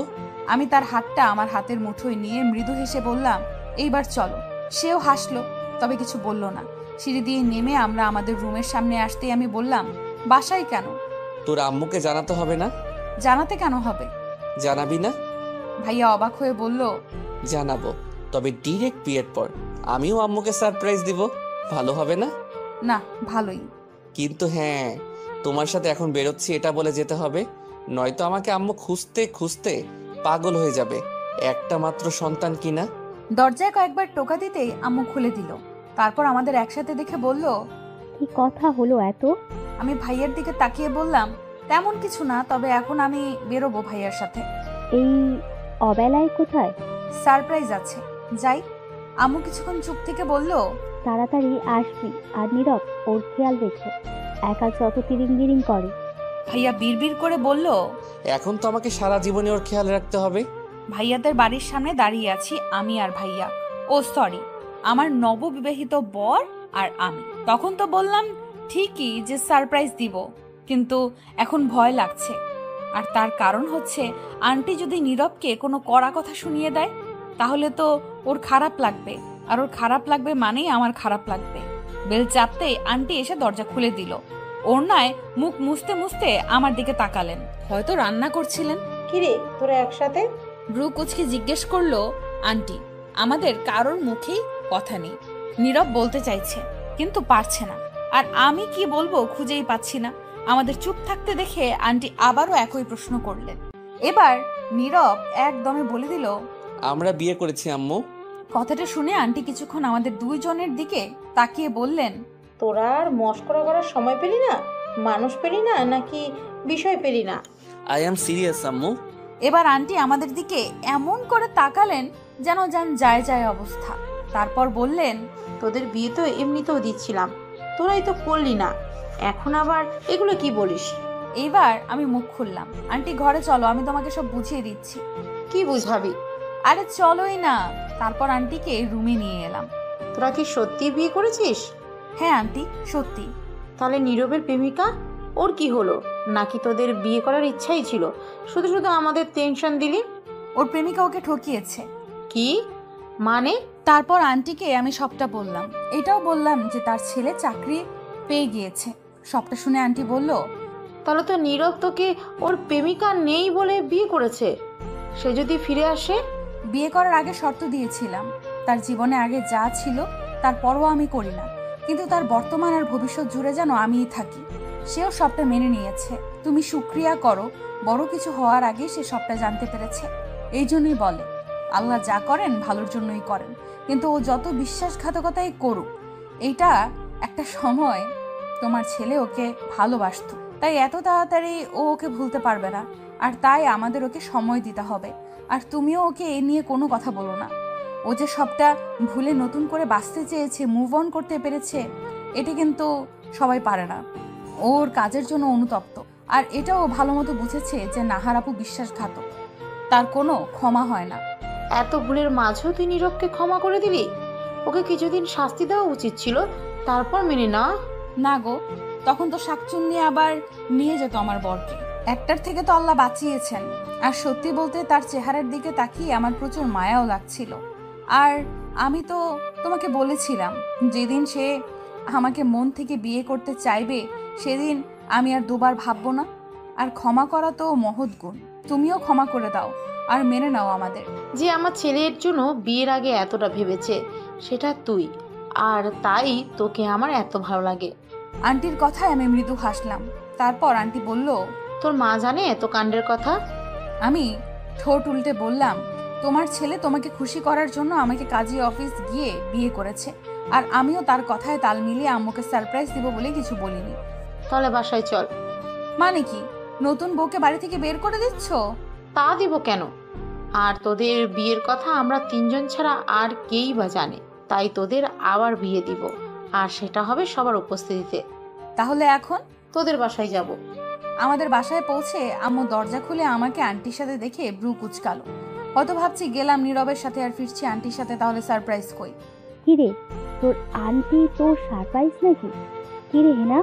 আমি সারপ্রাইজ না, আমাদের ছেলে মেয়ে আমাদের আরো বড় সারপ্রাইজ দিয়েছে। মানে? মানে ওরা বিয়ে করে ফেলেছে। আম্মু হা করে আন্টির দিকে, তারপর আমার দিকে তাকিয়ে বলল, মানে কিভাবে? তারপর আন্টি আম্মুকে সব বলল, আমাদের বিয়ের কথা, আর বিয়ে কেন হলো এটাও, আবার আমাদের বিয়ের আয়োজন করা হবে এটাও বলল। আন্টি যেতেই আম্মু বলল, তুই কি আসলেই? আমি হালকা হেসে বললাম, আমি তো আগেই রাজি ছিলাম, শুধু নীরব যে নিজের ভুল বুঝতে পেরেছে এটাই অনেক। বিয়ে ভাঙার পর তো তোমারও মুড অফ ছিল, তাই যখন ও বিয়ের কথা বলল তখন আর না করতে পারি। নাহার আপু তার বিয়ের কার্ড নীরবের বাসায় পৌঁছিয়েছে। নীরব তখন বাসায় ছিল না, ও আজকে জয়েন করেছে। কার্ডটা আন্টি পেয়েছে, তারপর আমাকে জানিয়েছে 1 সপ্তাহ পরে বিয়ে তার, সেই হিসাবে আমাদের যাওয়া উচিত। আর সেই জন্য আন্টিকে বলেছি যাতে আমাদের বিয়েটা এই 1 সপ্তাহের মধ্যেই হয়ে যায়। নাহার আপুর যাতে কিছুতেই মনে না হয় তার দেওয়া ছ্যাঁকার জ্বালায় নীরব কষ্ট পেয়েছে। যদিও পেয়েছে, তবুও আমাদের এমনটা বোঝাতে হবে যে সে তার মতোই সুখে আছে আর বিয়েও করে ফেলেছে, তাও আবার তার আগে। না হলে বিয়ের খুশির সাথে এই খুশিতেও নাহার আপু গদগদ হয়ে যাবে। বিকেলে নীরবদের বাসায় যাওয়ার কথা আছে আমার, মানে আমি ঠিক করেছি যাব। আমার মনে হয়েছিল নাহার আপু শুধু কথার কথা বলেছে বিয়ের দাওয়াত দিবে, কিন্তু সত্যি যে এরকম করবে ভাবিনি। নীরবের উপর এর প্রভাব কেমন হবে সেটা হয়তো জানি না, তবে খুব একটা যে ভালো হবে না সেটা তো জানা আছে। গিয়ে বেল চাপতেই নীরব এসে দরজা খুলে দিল। আমার তো হার্টবিট মিস করছে। হয়তো মাত্রই ফিরে হাত মুখ ধুয়েছে, এখনো চেহারায় পানি জমে আছে। আমাকে দেখে নীরব বলল, অথই এই সময় আয় ভেতরে। আমি ভেতরে যেতেই নীরব দরজা লাগিয়ে দিল। কি বলে কথা শুরু করব বুঝলাম না। নীরব তার ঘরের দিকে যেতে যেতে বলল, কোনো কাজ ছিল? নীরবের কোনো টেনশন নাই, তার মানে এখনো সে জানে না। আমি বললাম, আন্টি কই? রান্নাঘরে। এই জন্যই নীরব দরজা খুলতে এসেছিল। আমিও বলে রান্নাঘরের দিকে আসলাম। আন্টি আমাকে দেখে বলল, কিভাবে নীরবকে এসব বলি বলতো? আমিও তো সেটাই ভাবছি। সোজাসুজি তো আর বলতে পারবো না, না হলে সে নাওয়া খাওয়া ছেড়ে বসে থাকবে। তারপর আবার নতুন চাকরি পেয়েছে সে, এখন ঠিক মতো না গেলে তাকে ঘাড় ধাক্কা দিয়ে বের করে দিবে। আন্টি চুলাটা বন্ধ করে কাপের মধ্যে চা ঢালতে ঢালতে বলল, তা তো ভাববার বিষয়। 1 মিনিট, চাটা আমাকে দাও। খাবি? আরে না, তোমার ছেলের জন্য কি না। হুম। আগে বলো বিয়ের কার্ডটা কোথায় আছে, বাকিটা আমি সামলে নিচ্ছি। তুমি শুধু তোমার ঘরে চুপচাপ বসে থাকো, নয়তো বাইরে চলে যাও কিছু সময়ের জন্য। যখন ফিরে আসবে তখন দেখবে সবটা করে ফেলেছি। আর বিয়ে কিন্তু 1 সপ্তাহের মধ্যেই শেষ করতে হবে। আচ্ছা ধর, এমনিতেও বাসায় মন টিকছে না, আমি বরং পাশের বাসা থেকে ঘুরে আসি। তাই যাও। চায়ের কাপটা হাতে নিয়ে হালকাভাবে দরজা খুলে দেখি নীরব আছে কিনা। না, দেখা যাচ্ছে না। কই গেল? আমি ঢুকে এদিক ওদিক তাকাতেই পেছন থেকে নীরবের শব্দ শোনা গেল। কারে খুঁজিস? ওর হঠাৎ কথা শুনে আমি ভয় পেয়ে যাই। হালকা সাহস নিয়ে পেছনে ঘুরে তার সোফার দিকে এগিয়ে গিয়ে চায়ের কাপটা ইশারায় নিতে বলে বললাম, তোমার ঘরে আর কাকে খুঁজবো? সে চায়ের কাপ হাতে নিয়ে বলল, আর কিছু? সব সময় কি কিছু থাকা লাগবে? এমনি আসতে পারি না? পারিস তো। আমি তার দিকে এগিয়ে গিয়ে তার থেকে কিছুটা দূরত্ব রেখে সোফায় বসে বললাম, চা শেষ করো, কথা আছে। কিসের কথা? আগে চুপচাপ খাও, খাইতে খাইতে কথা বলতে হয় না। এবার নীরব চুপচাপ নিজের চা শেষ করে পাশে টি টেবিলে চায়ের খালি কাপটা রেখে বলল, বল। বলছি যে আমরা বিয়ে করব কবে? কালকেই না করলাম? সেটা তো আর মানুষ জানে না। আচ্ছা, তো এখন আমি কি করব? আন্টি যে তারিখ ঠিক করবে সেই তারিখে পুনরায় বিয়ে করবে। আচ্ছা। তুমি আমাকে মন থেকে মানো? না মানার কি আছে? তাহলে একটা কথা রাখবে? কি? আমি উঠে নীরবের ড্রেসিং টেবিলের উপর থেকে বিয়ের কার্ডটা নিয়ে নীরবের হাতে ধরিয়ে পড়তে বললাম। সে আমাকে ইশারায় জিজ্ঞেস করলো, এটা কি? আমি বললাম, পড়লেই বুঝতে পারবে। পুরোটা পড়ে নীরবের চোখ মুখে অন্ধকার দেখা দিল। ও চুপচাপ কার্ডটা আগের মতো ভাঁজ করে পাশের টেবিলে রেখে দিল।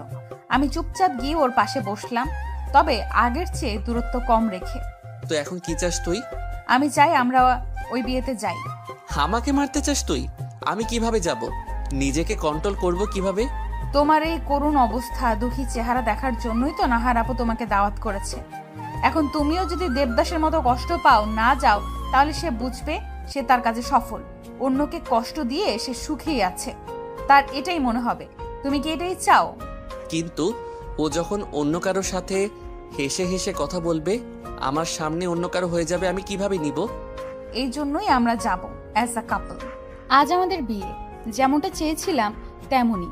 নাহার আপু বিয়ের আগে আমাদের বিয়েটা সম্পূর্ণ হবে। পার্থক্য শুধু এইটুকুই যে আগের মতো শুধু পরিবারের সদস্যরা থাকবে না, আরও থাকবে কিছু আত্মীয় স্বজন। নীরব আগের মতো প্রাণবন্ত না থাকলেও খুব একটা মন মরা নেই।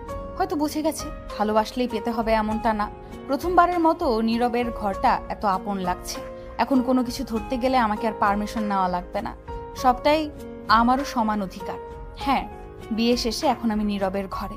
একটু আগে এসেছি এই ঘরে, যদিও বারবার দেখেছি ঘরটা, তবুও কেন যেন আজ খুঁটিয়ে খুঁটিয়ে দেখতে ইচ্ছে করছে। অপেক্ষা শুধু নীরবের আসার। যদিও খুব একটা ভারী সাজ নেই, তবুও সবটা পাল্টে নিতে হবে, কারণ এই পোশাকে শান্তিতে ঘুমোতে পারবো না। চুপচাপ সবটা পাল্টে চোখে মুখে পানি দিয়ে নীরবের ব্যালকনিতে আসলাম। বসার জন্য দোলনা রয়েছে আর ছোট ছোট টব ঝুলিয়ে রাখা আছে। শীতল হাওয়া গায়ে এসে মাঝে মাঝে লাগছে। ফ্যানের কৃত্রিম বাতাস থেকে প্রাকৃতিক বাতাস অনেক ভালো। এই শান্ত পরিবেশে একটা গান ধরাই যায়। কি গান গাই? তোমার ইচ্ছেগুলো তোমার ইচ্ছেগুলো ইচ্ছে হলেই আমায় দিতে পারো। আমার ভালো লাগা ভালোবাসা তোমায় দেব আরো। তোমার ইচ্ছেগুলো তোমার ইচ্ছেগুলো ইচ্ছে হলে আমায় দিতে পারো, আমার ভালো লাগা ভালোবাসা তোমায় দেব আরো। তুমি হাতটা শুধু ধরো, আমি হব না আর কারো, তুমি হাতটা শুধু ধরো, আমি হব না আর কারো। তোমার স্বপ্নগুলো আমার চোখে হচ্ছে জড়ো সরো, তোমার ইচ্ছেগুলো। নীরব কি কখনো চাইবে আমার হাতটা ধরতে? বুক চিরে শুধু দীর্ঘশ্বাসে বেরিয়ে এলো, কারণ এর উত্তর তো আমার কাছে নেই। নীরব যদি মন থেকে ভুলতে চায় তাহলে অবশ্যই পারবে, আমার বিশ্বাস। অবশ্য খারাপ স্মৃতিকে যতদিন মনে রাখা হবে ততদিন দুঃখই দেবে। নীরব এখনো আসলো না। আমি রুমে এসে বসলাম, ড্রেসিং টেবিলের দিকে তাকিয়ে দেখলাম নিজেকে একবার। অতটাও সুন্দরী না আমি, তাই কি নীরব আমাকে প্রত্যাখ্যান করতো? হতেও পারে, আবার নাও হতে পারে। নীরবের সাথে কি আমাকে মানাবে? আয়নার একদম সামনে গিয়ে দাঁড়ালাম আমি। রূপ লাবণ্যকে তেমন একটা মূল্যায়ন না দিলেও আজ কেন যেন সেই জিনিসটারই কমতি লাগছে। এর মাঝে নীরব আসলো। আমি তখনও আয়নায় নিজেকে দেখতে ব্যস্ত। আওয়াজ পেয়ে পেছনে ফিরলাম আমি। নীরবের দিকে এগিয়ে গিয়ে দরজাটা লাগিয়ে তার দিকে তাকিয়ে বললাম, আমি সুন্দর না বলেই তুমি আমাকে প্রত্যাখ্যান করতে, তাই না? নীরব আমার কাছ থেকে হয়তো এই মুহূর্তে এই প্রশ্ন আশা করেনি। হঠাৎ কেন এমন প্রশ্ন করছি তাও হয়তো মেলাতে পারছে না সে। কিছুক্ষণ চুপ থেকে বলল, আমি কোনোদিনই মানুষকে রূপ দিয়ে বিচার করিনি, তোকেও না। এই কথায় মনে অল্প একটু আশা জাগলো। আমি একটু স্বাভাবিক হয়ে মাথা নিচু করে বললাম, ফ্রেশ হয়ে নাও। নীরবও তার কাপড় নিয়ে বাথরুমে চলে গেল। মাথা নিচু করেছিলাম চোখের পানি আড়াল করতে। সত্যি বলতে আমি ধরেই নিয়েছিলাম সে আমাকে রূপের জন্য প্রত্যাখ্যান করেছে, আর এটা ভেবেই চোখে পানি এসে গিয়েছিল। বিছানায় গিয়ে চুপচাপ বসলাম আমি। এখন আমার কি করা উচিত? নীরবের জন্য অপেক্ষা নাকি ঘুম চলে যাওয়া? যদিও নীরবের থেকে কিছু আশা করা যায় না, তবুও ভদ্রতার খাতিরে অন্তত জেগে থাকা লাগবে বলে আমি মনে করি। আমার ভাবনার মাঝে মিনিট দুয়েকের পর নীরব বেরিয়ে এলো। আজও মুখমণ্ডলে বিন্দু বিন্দু পানি লেগে আছে। কেমন দেখতে লাগছে তা না হয় বাদই দিলাম, তাই তার দিক থেকে দৃষ্টি নামিয়ে নিলাম। নীরব সোফায় বসে মুখ হাত মুছতে ব্যস্ত। যদিও গরমকাল, তবুও পায়ের কাছে থাকা পাতলা কাঁথাটা গায়ে জড়িয়ে শুয়ে গেলাম। শুইতে তো বাধা নেই, চোখে অস্থিরতা, তবুও চোখ বন্ধই রাখলাম। নীরব বলল, লাইট থাকবে নাকি অফ করব? আমি স্লো ভয়েসে বললাম, লাইট জ্বালানো থাকলে আমার ঘুম আসে না, তাই বন্ধ করে দাও। নীরব লাইট অফ করে আমার পাশেই শুয়ে পড়ল, কোনো বাধা ছাড়াই। তবে কাঁথাটা শুধু নিল না। আমি ভেবেছিলাম কোনো কাণ্ড করবে হয়তো। যাক, ভালোই। সকালে নীরবের অনেক পাশেই নিজেকে পেলাম। স্বাভাবিক ব্যাপার, এক বিছানায় যেহেতু আছি সেহেতু ঘুমের মধ্যে তো আর দূরত্ব বজায় রাখতে পারবো না। আমি নীরবের দিকে এক নজর তাকিয়ে তার দিকে হাত বাড়াতে গিয়েও সরিয়ে ফেললাম। এখন ইচ্ছে থাকলেও এটা সঠিক সময় নয়। আমি চাই সে প্রথম আমাকে স্পর্শ করুক, তাও আবার মন থেকে, কোনো জোর কিংবা দায়িত্ববোধ থেকে নয়। অথই উঠে চলে যেতেই নীরব চোখ খুলল আর মনে মনে বলল, তুই সত্যি আমার জন্য পারফেক্ট অথই। আমি ভুল মানুষকে বেছে নিয়েছিলাম। যতই নাহারের প্রতি আমার ঘৃণা আসুক, আপাতত সেটা ভালোবাসার থেকে কমই দেখতে পাচ্ছি। কারণ একসময় তাকে আমি কতটা চেয়েছি তা শুধু আমিই জানি। যেদিন মনের উপর রাজত্ব করে নাহারের নাম সরাতে পারবো, সেদিন এই মনে শুধু তোর নামই থাকবে। নীরব ঘুমিয়েছিল ঠিকই, কিন্তু ঘুমের মধ্যে কেউ আমাদের দিকে তাকিয়ে থাকলে এমনি এমনি বিরক্ত বোধে চোখ খুলে যায়। এখানে যেহেতু সে একাই নেই, তাহলে অথই তাকিয়ে আছে। তবুও সে চোখ খুলেনি, কারণ চোখ খুললেই অথইকে অস্বস্তিতে পড়তে হতো। অথই ফ্রেশ হয়ে এসে দেখে নীরব উঠে গেছে, তাই সে বলল, কখন উঠেছ? নীরব অথইয়ের দিকে চেয়ে বলল, মাত্রই। ও, উঠে ফ্রেশ হয়ে নাও, তারপর নাস্তা করতে আসো। তোমার অফিস টাইম তো আমি জানি না, আমাকে পরে জানিয়ে দিও এক সময়। এখন আন্টির কাছে গেলাম। অথই চলে গেলে নীরব উঠে বসে, তারপর ফ্রেশ হতে যায়। অফিস টাইম 9টা থেকে শুরু তার। এখন সবে 8টা বাজে। তাড়াহুড়োর কিচ্ছু নেই, সব আরামায়েশে করা যাবে। সকালে গোসল সেরে নেয় নীরব। সারাদিন তো আর সময় পাওয়া যাবে না, যদিও এখন নতুন, তবুও এখন থেকে টাইমলি সব করতে হবে। তাহলে বসের বিশ্বস্ততা হওয়া যাবে আর প্রয়োজনের সময় ছুটি নেওয়া যাবে। কখন প্রয়োজন আসে বলা তো যায় না। খাওয়া দাওয়া, গোসল আর যাবতীয় কাজ শেষে 8:40-এর দিকে নীরব বেরিয়ে যায়। অফিস একটু দূরে হওয়ায় অতই তাকে টিফিন এগিয়ে দেয়। নীরবও হাসি মুখে গ্রহণ করে। এই হাসি যেন অথয়ের মনে আনন্দের বন্যা জাগিয়ে তোলে। নীরব যাওয়ার পর আমি সব কাজ আন্টির হাতে হাতে শেষ করে ফেলি। আমাদের মাঝে তেমন একটা ফর্মালিটি নেই। বিয়ের আগে আসলেও আমি আন্টিকে যে কোনো কাজে সাহায্য করতাম, শুধু নীরবের টানে নয়, আন্টির ভালোবাসার টানে। আমরা আমাদের বাবা মায়ের একমাত্র সন্তান হওয়ায় আমার আম্মু যেমন নীরবকে তার ছেলের মতন ভালোবাসেন, তেমনি আন্টিও আমাকে তার মেয়ের মতোই ভালোবাসে। যদি আমাদের সম্পর্কগুলো এরকম না হতো তাহলে বিয়ে ভাঙার পর পুনরায় বিয়ে হওয়া একটা কল্পনা মাত্র ছিল। সব কাজ শেষে গোসল করে নিলাম। এখন আমার কাজ হচ্ছে শাড়ি পছন্দ করা, নাহার আপুর বিয়েতে পরার জন্য। শাড়ি পরলে একটু বউ বউ ফিলিংস আসবে। নীরব কি পরবে তাহলে? পাঞ্জাবি? শাড়ি পাঞ্জাবি তো এক জোড়ার মতো। নীরবের অনেক পাঞ্জাবি দেখেছি আমি, তার পাঞ্জাবিগুলো ছিল দোকানের কালেকশনের মতো, একদম ইউনিক। তাহলে আমাদের মিলিয়ে পড়তে হবে। আহা, কি একটা ফিলিং! কালার সিলেক্ট করা আমার কাজ না। সে কখন থেকে একটার সাথে একটা মেলানোর চেষ্টা করছি, কিন্তু মিলছেই না। না, মিলছে না বললে ভুল হবে, আমি মেলাতে পারছি না। সম্পূর্ণ না মিললেও হালকা একটু মিল পাচ্ছি, তবে সেটাও মনে ধরছে না। সুতরাং নীরবকে নির্বাচন করে দিতে হবে বলে আমি মনে করি। সব কাজ শেষে আন্টি একটু শুয়েছিল, আমিও ঘরে ছিলাম। ড্রেস চুজ করতে গিয়ে খাওয়া দাওয়া করিনি, তাই আন্টিকে ডেকে আমি আর আন্টি খেয়ে নিলাম। নীরবের বিকেলে আসার কথা, তবে আরো দেরি হতে পারে। বিকেলে নীরব আসলে আমি দরজা খুলে দেই। নীরব ঢুকতেই তার প্রথমে অথয়ের দিকে চোখ পড়ল।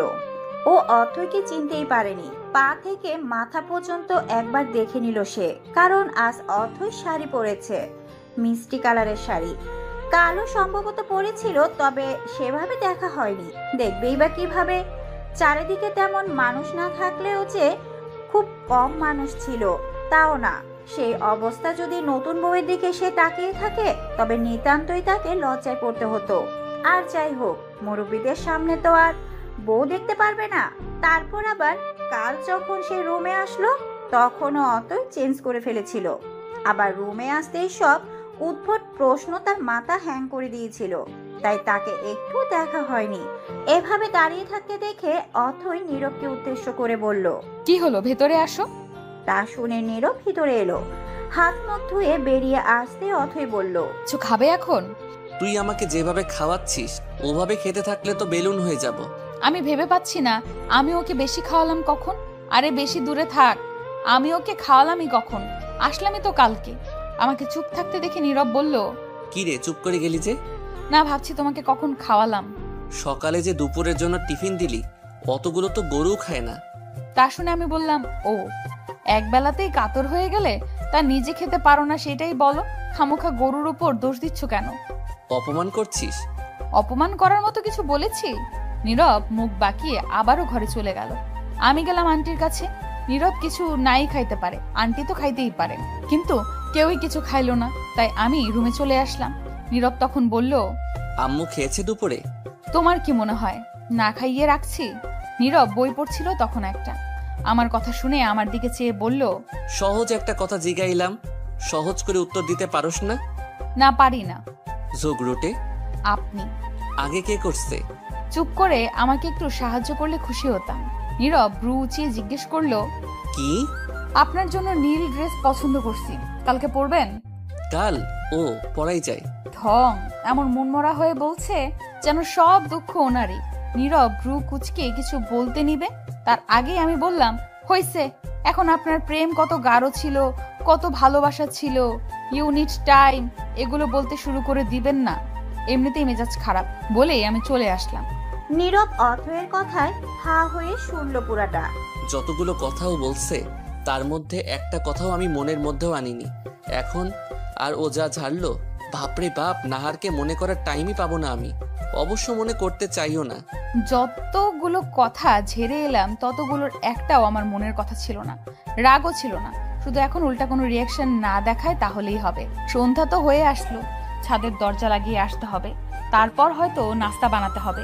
এই টাইমে নীরবদের বাসায় কোনোদিন আসলে দেখতাম আন্টি নাস্তা বানাচ্ছে। কারণটা নীরব, ও বেশিরভাগ সময় রাতের খাবার খায় না, আন্টি বলেছিল। এখন না খাইয়ে তো রাখতে পারবে না, তাই নাস্তা বানাতো। এখন তো সে চাকরি করে, সারাদিন খাটে, তাহলে নিশ্চয়ই ওর খাওয়ার কথা জিজ্ঞেস করে নিতে হবে, না হলে আবার নাস্তা বানাতে হবে। বানাতে হলে আন্টিকে কিছু করতে দিব না। এখন আমি আছি না, আন্টি কি করছে এখন? ঘুমোচ্ছে হয়তো। যাই হোক, নীরবের কাছে গিয়ে তাকে জিজ্ঞেস করতে হবে, এই যে কি নাস্তা খাবেন নাকি রাতের খাবার? যেটা মন চাই বানিয়ে ফেল। হ্যাঁ, আপনি খুব শোনেন তো আমার কথা। বানিয়ে ফেলবো, তারপর আপনি বলবেন মুড নাই, তখন আমি কি করব? আহা, দেখোস না কাজ করি, তার মধ্যে আবার নাস্তা নাস্তা করস কিল্লাই। তো করব না, যখন পছন্দ হবে না খাবার তখন সারা রাত খিদার জ্বালায় মরবা, ওইটা ভাল লাগবে? নাস্তা কর। ধরো তোমার নাস্তা। আমার কথায় নীরব আমার দিকে ফিরে তাকালো। তুই এত তাড়াতাড়ি কাজ শেষ করে ফেলেছিস? কচু করেছি। কাজের মধ্যে এত কিসের ব্যস্ততা তোমার? 2 ঘন্টা হয়েছে আমার যাওয়া, সব কাজ শেষে তারপর এসেছি, আর বলে তাড়াতাড়ি। ঠিক মতো সময় দেখে বলো। ঘড়ির দিকে তাকিয়ে নীরব আমার দিকে তাকালো। আমার দিকে না তাকিয়ে খাবার শুরু করো, তারপর ঘুমাও। আম্মু, নামাজ শেষে খাবেন। তোমার তো এগুলো খেয়াল থাকে না। কাজের জন্য শুনিনি আজান, তাই বলে তো তুইও ডাক দিসনি। বলে আর দেরি না করে হাত ধুতে গেল। আমিও কিছু বললাম না। সত্যি আমার উচিত ছিল তাকে ডেকে দেওয়া। আমিও অজু করে নামাজ পড়ে নিলাম। নীরব খাওয়া দাওয়া শেষ করে নামাজ পড়তে বসলো। আমি খেয়ে রুমে আসার পর দেখলাম রুম অন্ধকার। লাইট জ্বালিয়ে দেখলাম নীরব ঘুমিয়ে গেছে। ও আজ সত্যিই ক্লান্ত ছিল হয়তো। লাইটটা নিভিয়ে ডিম লাইট জ্বালিয়ে আমিও তার পাশে আসলাম। তার দিকে ফিরে শুয়ে পড়লাম। কতক্ষণ তাকিয়েছিলাম জানি না, ওইভাবেই ঘুমিয়ে গেছি। সকালে নীরবের আগেই ঘুম থেকে উঠলাম। তাকে আর আন্টিকে নামাজের জন্য জাগিয়ে নিজেও নামাজ পড়লাম। নামাজ শেষ করে আন্টি আবারও শুয়ে পড়লেন, আর নীরবও। আমি শুধু নীরবের ব্যালকনিতে এসে দাঁড়ালাম। সকালের আকাশ বাতাস দুইটাই আমার কাছে অধিক প্রিয়। কিছুক্ষণ ওভাবে থাকার পর রান্নার কাজে লেগে পড়লাম। নীরব ঘুমানোর খানিক পরেই জেগে গেছিল। তারপর সেও হাঁটতে বেরিয়েছে। আমার রান্নার মাঝে আন্টিও এসে যোগ দিয়েছেন। নীরব ফিরে আসলে আমরা একসাথে নাস্তা করি। নীরব বেরিয়ে যায় তার কাজে। আজ সে জলদি আসবে, অর্থাৎ হাফ টাইম বলা যায়। আম্মুর সাথে আজ দেখা করতে যাব।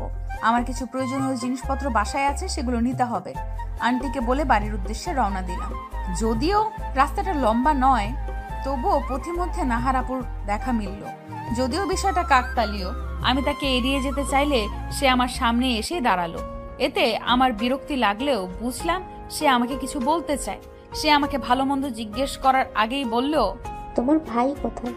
ওর এই প্রশ্নে আমি রীতিমতো ভেবাচাকা খেয়ে গেলাম। এতদিন ধরে ও আমাকে জানে, অথচ আমার যে কোনো ভাই বোন নেই এইটা কেউ জানে না, নাকি অন্য কিছু বলতে চাইছে?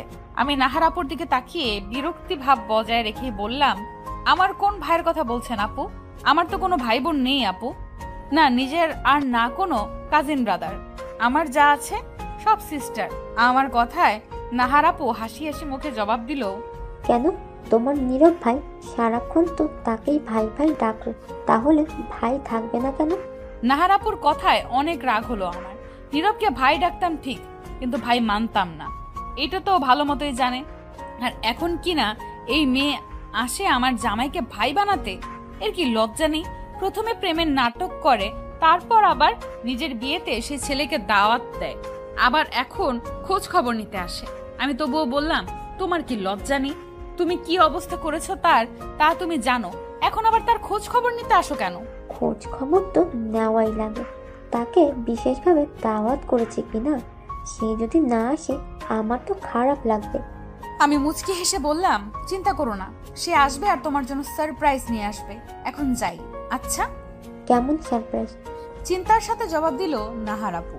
তোমাদের কল রেকর্ডস বলেই একটা হাসি দিয়ে চলে আসলাম। আমার ঘরের ব্যালকনিতে বসে আছি। পেন্টিংটার মতো যদি সত্যি নীরব আমার সব বিপদে ধরে ফেলতো। পেন্টিংটাই মূলত আমি আমার জন্মদিনের দিনকার কিছু মুহূর্ত এঁকেছি। সেখানে সবার সাথে ধাক্কাধাক্কি করতে গিয়ে নাহার আপু পড়ে যাওয়া ধরলে নীরব ধরে ফেলেছিল, কারণ সে আপুর পাশে দাঁড়িয়েছিল। সবাই তখন এটা দেখে তালি দিয়েছিল।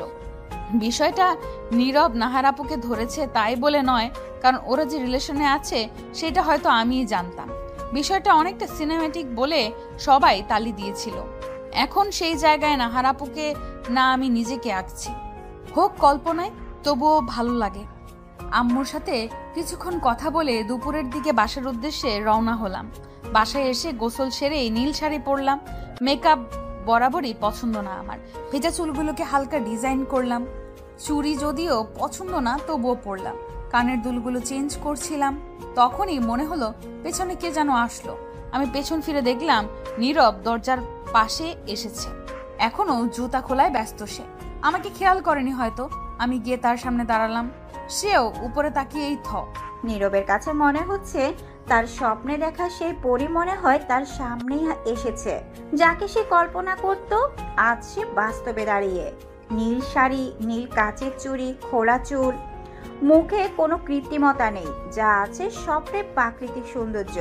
কিন্তু অথৈ এসব জানলো কিভাবে? কি হলো? ওইভাবে কি দেখো? অথৈয়ের কথায় নীরব ভাবনা ছেড়ে বাস্তবে এসে বলল, খুব সুন্দর লাগছে তোকে। অথৈ যেন বিশ্বাসই করতে পারছে না। এটাই কি নীরব বলল? কি বললে আবার বলো। এখন নীরবের মনে হচ্ছে কথাগুলো বলে সে ভুল করেছে। এখন অথৈ তার মাথা খাবে। তবুও সে একটু সাজিয়ে গুছিয়ে বলল, বললাম যে নীল শাড়ি আর নীল চুড়ি আমার ভীষণ পছন্দ, তাই এগুলো ভালো লাগছে। নীরবের কথা শুনে অথৈয়ের মুখটা অন্ধকার করে বলল, ও ফ্রেশ হয়ে নাও। অথৈয়ের কথা শুনে নীরব আর দেরি না করে চলে গেল। নীরব যাওয়ার পর অথৈ হালকা হাসলো। এটা ভেবে যে ইনডাইরেক্টলি সে তাকে সুন্দর বলেছে। তারপর ওয়াশরুমের দিকে এক নজর চেয়ে সে নীরবের ডায়েরিটা হাতে নিল। এটা সে বাসরাতে যখন সম্পূর্ণ ঘর খুঁটিয়ে খুঁটিয়ে দেখছিল, তখন নীরবের ড্রয়ার থেকে পেয়েছিল। ডায়েরিটাও নীল রঙের। নীরবের প্রায় সবকিছু আকাশি বা নীল রং। এর থেকে প্রমাণ পাওয়া যায় নীল রংটা নীরবের পছন্দ। একজন ব্রিলিয়েন্ট স্টুডেন্ট হওয়ায় নোটস আর ডায়েরি থাকাটা খুব সাধারণ ব্যাপার। তবে বেশিরভাগ নোটস যেগুলো কাজের, সেগুলো হয়তো বইয়ের সেলফে আছে, নয়তো টেবিলের উপর। কিন্তু এটাই ড্রয়ারে রাখা, তাও আবার যত্ন সহকারে। প্রেম কাহিনী তো নীরব লিখবে না, কারণ যারা নিজের মনের ভাব কারো কাছে প্রকাশ করতে পারে না কিংবা একতরফা ভালোবাসা হয়, তারাই বেশিরভাগ ডায়েরি লিখে বলে অথৈ মনে করে। কিন্তু ডায়েরিতে লিখেও কি কোনো লাভ তো হয় না। সে যাই হোক, যদি এটা প্রেম না হয় তাহলে কি নিয়ে এখানে লেখা আছে সেটা জানার প্রবল আগ্রহ জাগে তার মনে। আর তখনই ধীরে ধীরে জানতে পারে নীরবের কাল্পনিক সেই মেয়ের কথা। সেখানে কিন্তু ও কারো নাম উল্লেখ করেনি। তার নীল ড্রেসই পরে বাছাই করে দুজনের জন্য, আর আজও সেভাবেই সেজেছে। অন্য তেমন গুরুত্বপূর্ণ কিছু পায়নি সেই ডায়েরির মধ্যে। যা আছে তা হচ্ছে নীরবের কয়েকটা ইচ্ছা, যা সে তার কাল্পনিক সঙ্গীকে কল্পনা করে লিখেছে। তাই অথৈ আর সেদিক পড়েনি। সে চায় নীরব নিজ থেকে তাকে নিয়ে সেই ইচ্ছাগুলো পূরণ করুক, আর অথৈ বরাবরের মতে মুক্ত হয়ে তা উপভোগ করুক। তার মনে হচ্ছে দিনটি বেশি দূরে নয়। ডায়েরিটা আবার আগের জায়গায় রেখে অথৈ চুপটি করে বসলো। নীরব এখনই শাওয়ার নিয়ে বেরিয়ে আসবে হয়তো। অথৈ ব্যালকনিতে গিয়ে চুপচাপ দাঁড়িয়ে রইল। তার মিনিট দুয়েক পরে নীরব বেরিয়ে আসলো। পরনে রয়েছে নীল পাঞ্জাবি, উপর দিয়ে লাল কোটি আর সাদা পায়জামা। চুলে হাত বুলাতে বুলাতে নীরব এগিয়ে আসলো অথৈয়ের দিকে। নীরবকে এক নজর দেখে অথৈ মুগ্ধ হলো। যতটা ভেবেছিল তার চেয়েও বেশি সুন্দর দেখাচ্ছে তাকে। নীরব ভ্রু উঁচিয়ে তাকিয়ে আছে তার দিকে, অথচ তার খেয়ালই নেই। নীরব জিজ্ঞেস করলো, কি দেখিস ওভাবে? তোমাকে। আনমনে উত্তর দিল অথৈ। নীরব মুচকি হেসে এগিয়ে গেল তার দিকে। তারপর গ্রিলে হেলান দিয়ে বুকে দুই হাত গুজে জিজ্ঞেস করলো, তাই? নীরবের এমন নেশাত্মক কণ্ঠস্বর শুনে অথৈয়ের অপ্রস্তুত হয়ে পড়ল। তারপর নীরবের দিকে চেয়ে দেখলো সে এখনো আগের নিয়ে দাঁড়িয়ে আছে, আর ঠোঁটের কোণে মুচকি হাসি বিদ্যমান রয়েছে। এতেই যেন অথৈয়ের ঘায়েল হয়ে পড়েছে। তাই চট করে সে অন্যদিকে ফিরে বলল, এখানে দাঁড়িয়ে আছো কেন? অনুষ্ঠান শেষ করে যাওয়ার ইচ্ছা আছে নাকি? বলেই ঘর থেকে বেরিয়ে আসলো আর স্বস্তি নিঃশ্বাস ফেললো। আর একটু পর নীরব ঘর থেকে বেরিয়ে আসলো। চুলগুলো সেট করে এসেছে সে। দুজনে মিসেস হিয়ার থেকে বিদায় নিয়ে বেরিয়ে পড়ল। ঠিকানা অনুযায়ী নাহারের বাসা বেশি দূরে নয় বলে দুজনই একটা রিক্সা নিল। পাশাপাশি দুজনই রিক্সায় বসে আছে, কারণ মুখে কোনো কথা নেই। অথৈয়ের পিঠ পর্যন্ত ছড়ানো কেশগুলো বারংবার নীরবের মুখ স্পর্শ করছে। এতে নীরবের বিরক্ত লাগছে না, বরং ভালোই লাগছে। শ্যাম্পু আর চুলের গ্রান যেটাই হোক, নীরবের কাছে ভালো লাগছে। অথৈয়ের মুখের সামনে বারবার চুল চলে আসায় সেই সরাতে সরাতে বিরক্ত হয়ে গেছে। হয়তো চুল ছেড়ে আসতেই হতো না, এই ধারণা ওর মনে রিপিট হচ্ছে। তখনই তার ঘাড়ে সেই শীতল স্পর্শ অনুভব করে। চট করে বাম দিকে ফিরে দেখে নীরব ওর দুই পাশের চুলগুলো সব পেছনে আনছে। তারপর হাত দিয়ে সবগুলোকে ধরে রেখে মৃদু হেসে অথয়ের উদ্দেশ্যে বলল, আর বিরক্ত করবে না, আমি এটা ধরছি, তুই তোর শাড়ি সামলা। বলে সমান দিকে চোখ রাখলো নীরব। অথয় আর আঁচলের দিকে তাকিয়ে দেখলো অনেকটাই পায়ের দিকে চলে গেছে। চুলের দিকে খেয়াল করতে গিয়ে আঁচলের দিকে খেয়ালই করেনি সেও মুচকি হেসে আঁচলটা দুই হাতে চেপে বসলো। এখন মনে হচ্ছে চুল ছেড়ে এসে ভুল করেনি সে। খোলা চুলে না আসলে এই ছোট্ট কেয়ারটা মিস করতো সে। নীরবের এই অল্প কেয়ারে হয়তো বাস্তবে অনেক রূপ ধারণ করবে। পাক্কা 10 মিনিট বাদে নীরবের রিক্সা একটা বাড়ির সামনে থামলো। হরেক রকম ফুল নিয়ে সাজানো হয়েছে গেট, আর 4 তলা বাসাটাতে লাইট ঝোলানো রয়েছে। হয়তো রাতের জন্য। রিক্সা ভাড়া মিটিয়ে সামনের দিকে এগিয়ে গেল তারা। এত মানুষ এখানে থাকারই কথা। সরকারি চাকরিজীবীর বিয়ে বলে কথা। যার টাকা আছে তার আত্মীয় আর লোক দেখানোর ভালোবাসার অভাব নেই। যেমন ভালোবাসা দেখাচ্ছে নাহার। ভিড়ের মাঝে বারবার লোকজনের ধাক্কা খাচ্ছে অথয়। তাই না পেরে সে নীরবকে বলল, একা একা এগিয়ে না গিয়ে আমাকে সঙ্গে নিলে কি তোমার ক্ষতি হবে? ভিড়ের মাঝে হারিয়ে যাচ্ছি তো। নীরব ঘাড় ঘুরিয়ে পেছনে তাকিয়ে দেখলো অথয় তার দিকে চেয়ে আছে, আর মাঝে মধ্যে মানুষের দিকে বিরক্তকর দৃষ্টি নিক্ষেপ করছে। সে অথয়ের দিকে এগিয়ে গিয়ে তার হাত ধরে বলল, আস্ত বাচ্চাকে বিয়ে করেছি আমি, পুলিশে না ধরলেই হয়। এই কথা অথয় শুনতেই বলে উঠল, বাচ্চাদের মতো কি দেখলে? এত মানুষের মাঝে ধাক্কা খাচ্ছি বলে তোমাকে ডাকলাম, না হলে অজানা জায়গায় হারিয়ে গেলে তোমাকেও খুঁজে পাবো না, বাড়ির রাস্তাও খুঁজে পাবো না। সেটাই তো বাচ্চাদের কাজ, অজানা জায়গায় তারা হারিয়ে যায়। সেই জন্য একটা বড় মানুষ পাশে থাকা দরকার, আর এই মুহূর্তে সে বড় মানুষটা আমি। কিন্তু আমার চেয়ে তুই ছোট, এটাই শেষ কথা। এবার চুপটি করে এখানে বস। একটা চেয়ার দেখিয়ে বলল নীরব। অথয় ওখানে বসে চারদিকে চোখ ঘুরিয়ে সবটা দেখতে লাগলো। সামনে নাহার তার বরের সাথে মহা খুশির সাথে কথা বলছে। নীরবের সাথে কথা বলছিল বলে সে ওদের খেয়ালই করেনি। হঠাৎ তার মাথায় কালকের কথাটা আসতেই সেই চট করে হালকা চিল্লিয়ে বলল, নাহার আপু। নিজের নাম শুনে নাহার চারিদিকে চোখ ঘুরিয়ে দেখলো তার সামনে কিছুটা দূরে অথয় রয়েছে, তার পাশে নীরব রয়েছে। অথয়কে দেখে তার চোখ আপনা আপনি ছোট হয়ে গেল। সে তো নীরবকে দাওয়াত করেছিল, তাহলে অথয় এখানে কেন? সে কি নীরবের সাথে এসেছে?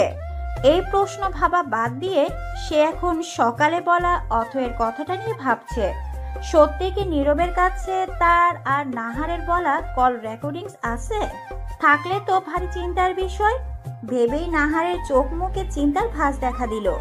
যদিও কোনো অশ্লীল কথাবার্তা হয়নি তাদের মাঝে, তবুও যা হয়েছে তাও কি এভাবে সকলের সামনে ফাঁস হয়ে যাবে? তাহলে তো তার ফ্যামিলির সম্মান ধূলিসাৎ হয়ে যাবে। সাথে সে হারাবে সোনার ডিম পাড়া মুরগি, অর্থাৎ যার সাথে তার বিয়ে হচ্ছে। নাহারের এত ভাবনার মাঝে অথয় তার সামনে চলে এসেছে। সে খেয়ালই করেনি। অথয় এসেই বলল, কি গো আপু, ভুলে গেলে নাকি? তোমাকে 2-3 বার ডাক দিলাম, তুমি শুনলেই না। তোমার সারপ্রাইজ গিফট নিয়ে এসেছি, সেটাই বলতে এলাম। এখন যাই। আচ্ছা। অথয় যেতে নিতেই নাহার তাকে থামিয়ে ভয়াত্মক মুখে বলল, তুমি কি সত্যি রেকর্ডিংস নিয়ে এসেছো? নাহারের এহেন কথা শুনে অথয়ের বেশ লাগছে। তারপর সে বলল, সবাই তো তোমার মতো না। যাই হোক, সেটা তো গিফট করার মতো বিষয় না, তাই যা গিফট করা যায় তা নিয়ে এসেছি। আর এই যে মেয়েটা গিফট রিসিভ করছে, কি যেন নাম তার, তাকে দিয়ে এসেছি। আর সারপ্রাইজ তো আমি। আমাকে দেখে অবাক হওনি? নাহারের ভয় কিছুটা হলেও দূর হলো অথয়ের কথা শুনে, কিন্তু অবাক তো সে হয়েছে। কেন অথয় এখানে? এই প্রশ্নের উত্তর তো সে জানে না। যেহেতু সামনে থেকেই উত্তর আসছে, তাহলে ক্ষতি কি শুনতে?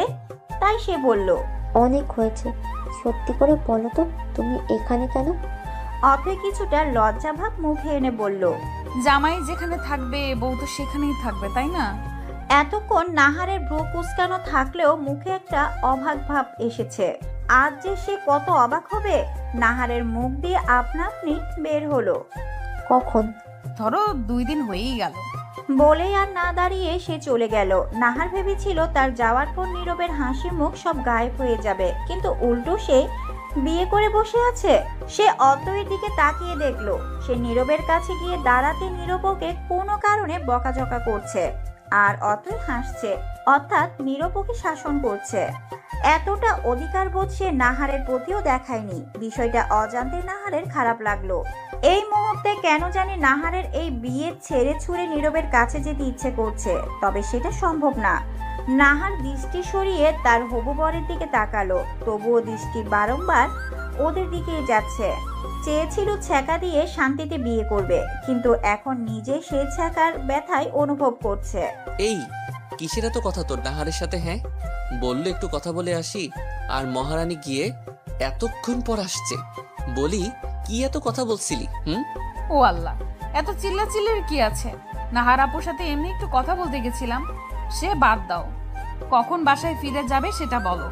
আঙ্কেল তো বাসায় থাকেন না বেশিরভাগ সময়, আন্টি একা আছেন হয়তো, তো আমাদের বিকেলের মধ্যেই ফিরে যাওয়া উচিত। তা তো অবশ্যই, আমাদের বিকালের মধ্যেই ফিরে যেতে হবে। কিন্তু আসলামই তো মাত্র, আমাদের কোনো চেনা পরিচিতও নাই এখানে, কিভাবে সময় কাটাবো? হঠাৎ এসে হঠাৎ গায়েব হয়ে যাওয়া তো মানায় না। পরিচিত নাই, কিন্তু পরিচিত হতে কতক্ষণ? চলো সবকিছু সম্পর্কে পরিচিত হই, এরপর গায়েব হয়ে যাব দুইজন। মন্দ বলিসনি, চল বাসাটা ঘুরে দেখি। বিকেলে আসার কথা থাকলেও নীরব এবং অথই সন্ধ্যার একটু আগে বাসায় ফিরেছে। সেখানে তাদের দুজনের মন টিকেনি। একে তো অচেনা পরিবেশ, তার উপর এত অচেনা মানুষ, সব মিলিয়ে অস্বস্তিকর। তাই তারা আবারও রিকশায় করে বাসায় ফেরার সিদ্ধান্ত নেয়। কিন্তু হঠাৎ নীরবের কি হলো কে জানে, রিকশাওয়ালাকে অন্য পথ দিয়ে যেতে বলল। অথই জিজ্ঞেস করলে বলল, গেলেই দেখবি কোথায় যাচ্ছি। কিছুক্ষণ পর রিকশা থামলো একটা নদীর পাশের রাস্তায়। ভাড়া মিটিয়ে নীরব অথয়ের হাত ধরে নদীর দিকে এগিয়ে গেল। বিকাল তখনও হয়নি, দুপুরের সময় পার হয়নি বলা যায়, তবুও নদীর পাশ বলে একটু পর পর শীতল হাওয়া গায়ে লাগছে। দুই একটা বাদাম বিক্রেতার ফুচকাওয়ালা বসে আছে কাস্টমারের আশায়। ব্যস্ত শহরে সব সময় মানুষের আনাগোনা। বিকেল হলে হয়তো জায়গাটা এখনকার মতো ফাঁকা থাকবে না। এখনই দুই একজনের আসা যাওয়ার বলে দিচ্ছে, কিছুটা একলা সময় কাটানোর আশায় মানুষ এখানে আসে। দালান কোটার ভিড়ে প্রকৃতির খুঁজে আসে। নীরব অতইকে ইট আর সিমেন্টের দিয়ে বানানো একটা বসার জায়গায় বসতে বলল। তারপর দুজনের জন্য বাদাম কিনলো। দুজনে চুপচাপ চারপাশের প্রকৃতি দেখতে দেখতে খাচ্ছে। মাঝে মাঝে বাতাসের সাথে গাছের পাতা গায়ে এসে পড়ছে। পা ভিজিয়ে দুজনে নদীর পাড়ে খানিকটা হেঁটে তারপর বাড়ির উদ্দেশ্যে রওনা হয়। এই সামান্য কাজে যে সময় পার হয়ে গেছে তারা টেরই পায়নি। অথই যেন আজ নতুন নীরবকে দেখলো। ওর কাছে মনে হয়নি নীরবের মনে অন্য কারোর বসবাস, মনে হয়েছে অন্য স্বাভাবিক জুটির মতো। নীরব আজ সবটা মন থেকেই করেছে। যদিও ওর বাড়ি যাওয়ার ইচ্ছে ছিল, কিন্তু সেই ভাবলো যখন ছুটি নিয়েছে তাহলে সেটাকে কাজে লাগাতেই পারে। আজ তার ইচ্ছের মধ্যে একটা পূরণ করলো সে। নিজের প্রিয় মানুষের সাথে কিছু সময়। সে যতটা ভেবেছিল সেরকম খারাপ লাগা তার মধ্যে কাজ করেনি নাহারের বিয়েতে। কেন জানি তার খুশিই লাগছে।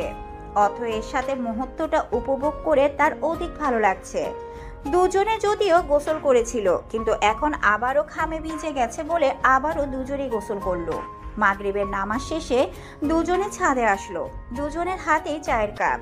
আকাশ মেঘলা, রাতের বৃষ্টি হওয়ার সম্ভাবনা রয়েছে। এখন বাতাস বইছে বলে দুজনের ছাদে চা পান করতে এসেছে।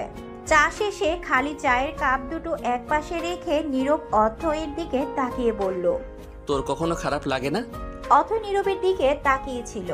তার প্রশ্ন শুনে ভ্রু কুঁচকে জিজ্ঞেস করলো, কিসের জন্য?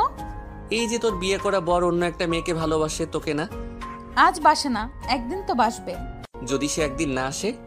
ভালো না বাসুক, ঘৃণা তো আর করে না, ডিসরেসপেক্ট তো করে না, তাহলে এইভাবেই চালিয়ে যেতে পারবো। বলে কাপ দুটো নিয়ে চলে গেল। নীরব শুধু তার যাওয়ার দিকে তাকিয়ে বলল, সে একদিন খুব শীঘ্রই আসবে, অনেক ভালোবাসতে চাই তোকে। তোর চিন্তা ভাবনা বারবারই আমাকে মনে করায় সেদিন বিয়েটা করে ভুল করিনি। কাঁথা মুড়ি দিয়ে চোখ বন্ধ করে শুয়ে আছে নীরব। নিচে আসার পর থেকে হাঁচি দিয়েই চলেছে সে। সন্ধ্যায় গোসল করার ফলে এমনটা হয়েছে। ছোট থেকে নীরবের ঠান্ডা কাশি সামান্য কারণে হয়, আর তাই সন্ধ্যায় গোসল তার শরীর মেনে নিতে পারেনি বলে এই অবস্থা। অথই বাসায় নেই।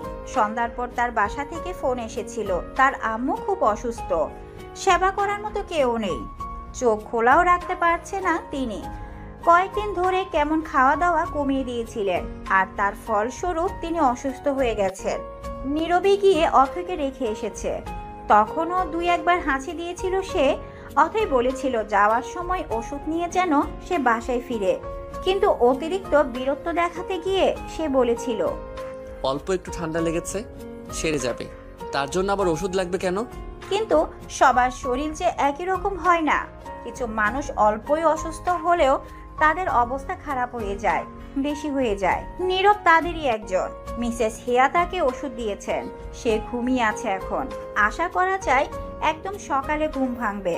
আর ওষুধ যেহেতু দ্রুত সেবন করা হয়েছে, তাই রোগ শরীরে না ছড়িয়ে সুস্থ হওয়ার সম্ভাবনাও রয়েছে। অথই তার মায়ের পাশে বসে আছে। অসুস্থ হলে চোখ মুখে অবস্থা প্রচুর খারাপ দেখায়, ওনার হয়েছে তাই। এদিকে মায়ের জন্য খারাপ লাগছে, অন্যদিকে নীরব কি করছে সেই চিন্তাও তার মাথায় রয়েছে। অথই যাওয়ার পর থেকে তার মা একা হয়ে গেছেন। তাকে আর একা একা খেতে ভালো লাগে না, কোনো কাজে মন বসে না। একা বাড়িতে থেকে এই চেনা বাড়িটাও অচেনা মনে হয়। সঙ্গীহীনতার ফলে তিনি অসুস্থ হয়ে গেছেন। এই অবস্থায় অথই তাকে কোনো কথাও বলতে পারছে না। তার খুব ইচ্ছে করছে কিছু কথা শুনিয়ে দিতে।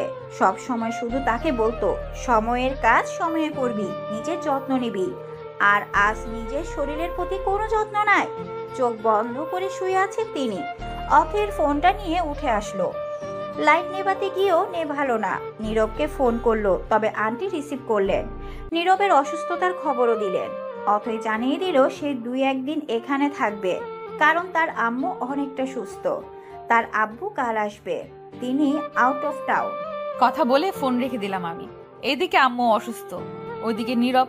আম্মুকে ছেড়ে যেতে পারবো না, আর নীরবের কাছে যাওয়ার কোনো অজুহাতও নেই, তাই চুপচাপ আম্মুর পাশেই শুয়ে পড়লাম। সকালে নীরবের ঘুম ভাঙলো অনেকটা দেরিতে। পাশে কি যেন নেই মনে করতে তার মনে হলো অথই নেই। সে চুপচাপ উঠে হাত মুখ ধুয়ে এসে নাস্তা করে অফিসে চলে গেল। সন্ধ্যায় ফিরতেই তার মা দরজা খুলে দিল। সে ভিতরে এসে কাপড় চেঞ্জ করে অথৈকে কোথাও দেখলো না। অথৈ বলেছিল কালকের মধ্যেই চলে আসবে, অর্থাৎ আজ আসার কথা ছিল, কিন্তু আসে নাই। তাই সে তার মায়ের ঘরে গেল। গিয়ে দেখলো তার মা ঘরে নেই। রান্নাঘরে উকি দিয়ে সে দেখলো তার মা থালা বাসন পরিষ্কার করছেন। সে তার মায়ের দিকে এগিয়ে গেল।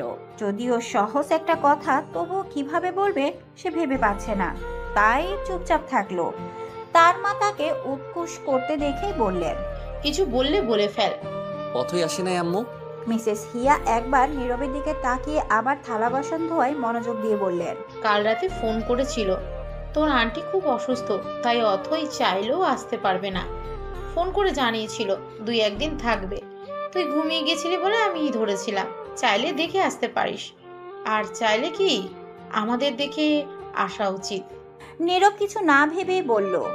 তার মাকে রেডি হতে, আর সে গেল বাজারে কিছু ফলমূল কিনতে। তার 5 মিনিট পরেই তারা বাসায় গিয়ে পৌঁছালো। কলিং বেল চাপতেই আমি গিয়ে দরজা খুললাম। আন্টি আর নীরবকে একসাথে দেখে আমি বেশ অবাক হলাম। না বলে হঠাৎ আসায় অবাক হয়েছি। দুইজনকে ভেতরে আসতে বলে কিচেনের উদ্দেশ্যে যেতে গেলে নীরব আমার হাত ধরে ফলের ব্যাগটা ধরিয়ে দিল। তারপর সে ঘরে চলে গেল আম্মুর সাথে কথা বলতে। কিছুক্ষণ পর সে ফিরে আসলো আমার কাছে। আমি তখন নাস্তা বানাচ্ছিলাম, সে আমার পাশেই দাঁড়ালো। আমি তার দিকে না তাকিয়েই বুঝলাম। কিছুক্ষণ চুপ থেকে আমি বললাম, আমাকে মিস করো নাই? নীরব হালকা হেসে বলল, করেছি। তার হাসি মুখ দেখে অজান্তে মুখে লজ্জা এসে ভর করলো। তুই করস নাই? উত্তরটা তো জানেন। বাসায় কবে ফিরবি? আমি অসহায় মুখ করে তার দিকে তাকিয়ে চা নামিয়ে বললাম, এখন যেতে চাই, তবে সম্ভব নয়। নীরব হালকা শ্বাস ফেলে বলল, আঙ্কেল আঙ্কেল কবে আসছেন? আজই। দোয়া করো আম্মু যেন জলদি সুস্থ হয়ে যায়। আব্বুকে বলবো এবার যেন এখানে থাকে, আর ব্যবসার কাজে যেন বারবার বাইরে না যায়। তুমিও আঙ্কেলকে বলো যেন তিনিও এখানেই নিজের বাসায় থাকেন। তাই যেন হয়। নাস্তা শেষ করে নীরব চলে যেতে চাইলেই আমি আটকানোর জন্য বলি, আন্টি আজ থেকে যাও না। আন্টি হেসে বলল, সহজ ভাষায় বল, কাকে থাকতে বলছিস?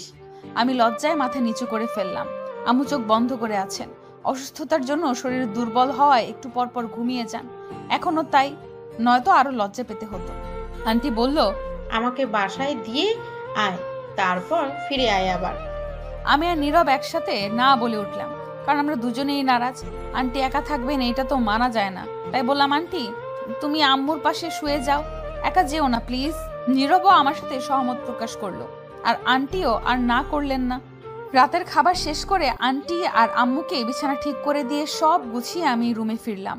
নীরব রুমে ছিল না, তাই ব্যালকনিতে এসে দেখলাম সে বসে আছে। আমিও তার পাশের টুলটায় বসলাম। আমার উপস্থিতি পেয়ে সে আমার দিকে ঘুরে বসলো। ব্যালকনি অন্ধকার থাকায় বাইরের হালকা আলোগুলোকেও ব্যালকনিটা সুন্দর লাগছিল। ঘুমাবে না? হ্যাঁ। চলো তাহলে। নীরব আমার কথায় উঠে দাঁড়ালো।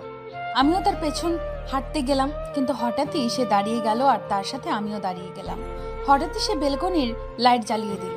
কিছুক্ষণ অন্ধকারে থাকায় সে আলো চোখে লাগায় আমি 2 হাতে চোখ ঢেকে নিলাম। চোখ খুলেই দেখলাম নীরব আমার করা পেন্টিংটার দিকে তাকিয়ে আছে। নীরব কি এক্সপ্রেশন দিবে এখন? নীরব আমার দিকে ঘুরে ব্রু কুচকে তাকালো, আর নাহারের জায়গায় যেমন নিয়েছি তেমনি পেন্টিংটাতেও নিজেকে এঁকে ফেলেছি। সে কি রাগ করবে? আমি হাসার চেষ্টা করে বললাম, ওভাবে কি দেখো? তুই এঁকেছিস?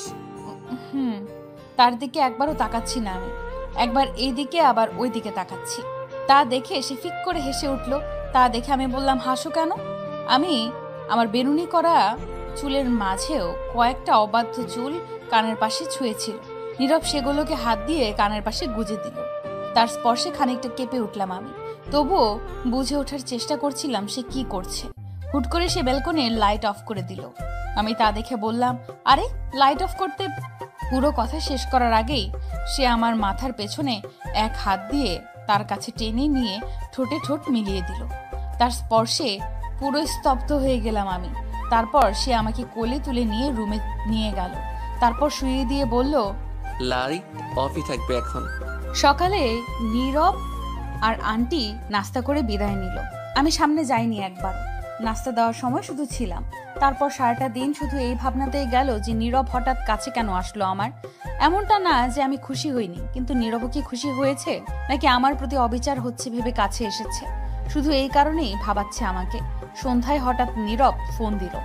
এ সময়টাতে সে সাধারণত অফিস থেকে ফেরে। এমনি দিন হলে একবার সম্পূর্ণ রিং হওয়ার আগেই রিসিভ করতাম, তবে এখন একটা দ্বিধা কাজ করছে। এমন ভাবতে গিয়েই প্রথমবার কল কেটে গেল। দ্বিতীয়বারের বেলায় রিসিভ করে কানে ধরতেই ওপাশ থেকে নীরবের কণ্ঠ ভেসে আসলো। তবে স্বাভাবিক কণ্ঠ না, উত্তেজনা বা ভয় পেলে কণ্ঠ যেরকম শোনায় তেমন। তাই ভয় লজ্জাকে একপাশে রেখে আমিও কথা বলা শুরু করলাম। অথই, বলো। I am extremely sorry. মানে আমি সেরকম করতে চাইনি। আমি মানে কিভাবে যে কি হয়েছিল আমার, তো তুই প্লিজ কিছু মনে করিস না। নীরবের কথা শুনে আমার কি বলা বা করা উচিত কিছু বোধগম্য হলো না। অশ্রুকণাও যেন চোখে আসছে না। তুমি ভালোবেসে কাছে আসোনি আমার? অবাক হয়ে বললাম আমি। আমি বললাম তো। অপরাধ বোধের সাথে বলতে গিয়েও পারছে না। তোমাকে আর কিছু বলতে হবে না। নারী দেহ ছোঁয়া সাধনার বিষয়, ভালোবেসে ছুতে হয়। আমার মধ্যে ভালোবাসা ছিল, কিন্তু তোমার মধ্যে? তাহলে কি ধরে নিব? তুমি চাহিদার জন্য খট করে কল কেটে দিলাম আমি। আর কিছু বলতে পারলাম না। ইচ্ছে ছিল জলদি ফিরে যাব, তবে এখন ইচ্ছেটাই শেষ হয়ে গেল। যাকে এতটা বিশ্বাস ভালোবাসা দিয়েছি সে কিনা সেও অন্যদের মতো পাশে আসলো শুধুই নিজের। নীরব উদাসীন মনে তার বেলকনিতে বসে আছে। সে সত্যি এরকম কিছু করতে চায়নি। সেও চেয়েছিল ভালোবেসে অতইকে কাছে টেনে নিতে, তাহলে কেন সেই পারল না? সে কি দেহের প্রতি এতই দুর্বল হয়ে গেল যে আর কিছুদিন অপেক্ষা করতে পারল না? তার স্ত্রী থেকে এত বড় অপবাদ পেয়ে সবচেয়ে বেশি কষ্ট হচ্ছে তার। এখন অপরাধবোধ তাকে কুড়ে কুড়ে খাচ্ছে। সে কি করবে? ক্ষমা চাইবে? ক্ষমা চাইলেও কি পাওয়া যায়? ক্ষমা হয়তো পাবে, তবে আগের মতো বিশ্বাস ভালোবাসা কি আদৌ পাবে? কিছু ভাবতে পারছে না সে, তাই চুপচাপ চোখ বন্ধ করে রাখলো। তবে তখনও অতয়ের চেহারা ভেসে আসছে, তাই সে রেগে ব্যালকনি থেকে উঠে চলে গেল আর শব্দ করে দরজা লাগিয়ে দিল। কি করবে এমনিতেই মাথায় আসছে না, তার উপর শান্তিতে বসতেও পারছে না। তাই সে আবারও অতইকে কল করলো। চুপচাপ টিভির দিকে চোখ রেখে বসে আছি আমি। পাশে আব্বু বসে কার সাথে যেন কথা বলছে। আম্মু এখন একটু সুস্থ, কিন্তু তবুও তাকে ঘরেই থাকতে বলেছি। দৃষ্টি টিভির দিকে থাকলেও মনোযোগ নেই। হঠাৎ মোবাইলের রিং বেজে উঠল। তাকিয়ে দেখলাম লাভ উঠে আছে, অর্থাৎ নীরবের কল। হঠাৎ কেন ফোন করবে ও? বিরক্ত লাগছে বলে ফোন থেকে চোখ সরিয়ে আবারও টিভির দিকে তাকালাম। তবে পাশে যে আব্বু আছে তা আমার খেয়ালই ছিল না। তিনি নিজের ফোনে কথা শেষ করে আমাকে জিজ্ঞেস করলেন, কে কল করেছি? আমি চুপচাপ বললাম, নীরব ভাইয়া। আমার কথা শুনে আব্বু কিছুক্ষণ আমার দিকে তাকিয়ে রাগান্বিত স্বরে বললেন, কি ধরনের কথা এগুলো অথই? স্বামী হয় সে তোমার, আর ভাই বলছো? কোনো দরকারে ফোন করেছো হয়তো, এখনই ধরো। কেন ধরবো আব্বু? ভালো লাগছে না আমার। ঝগড়া করেছো নাকি? বিয়ের 2 দিন হতে না হতেই ঝগড়া? নিজের পছন্দে বিয়ে করেছো কিন্তু। বলে রাখা ভালো, সব জায়গার মতো আমার আব্বু এখানে ভিলেনের মতো নীরব ভাইয়ের সাথে বিয়ে দিতে চাইছিলেন না। যদিও সেটার কারণ নীরব ভাইয়ের চাকরি পাওয়া নিয়েছিল। আমি দাঁতে দাঁত চেপে বললাম, কোনো সমস্যা হয়নি আব্বু, এরকম করো কেন? মাথা ব্যথা করছিল বলে ধরতে চাইনি বলে টিভি অফ করে ফোন নিয়ে ঘরে চলে আসলাম। দরজাও লাগিয়ে দিলাম। এখন আচ্ছা মতো ঝগড়া করলেও কেউ টের পাবে না।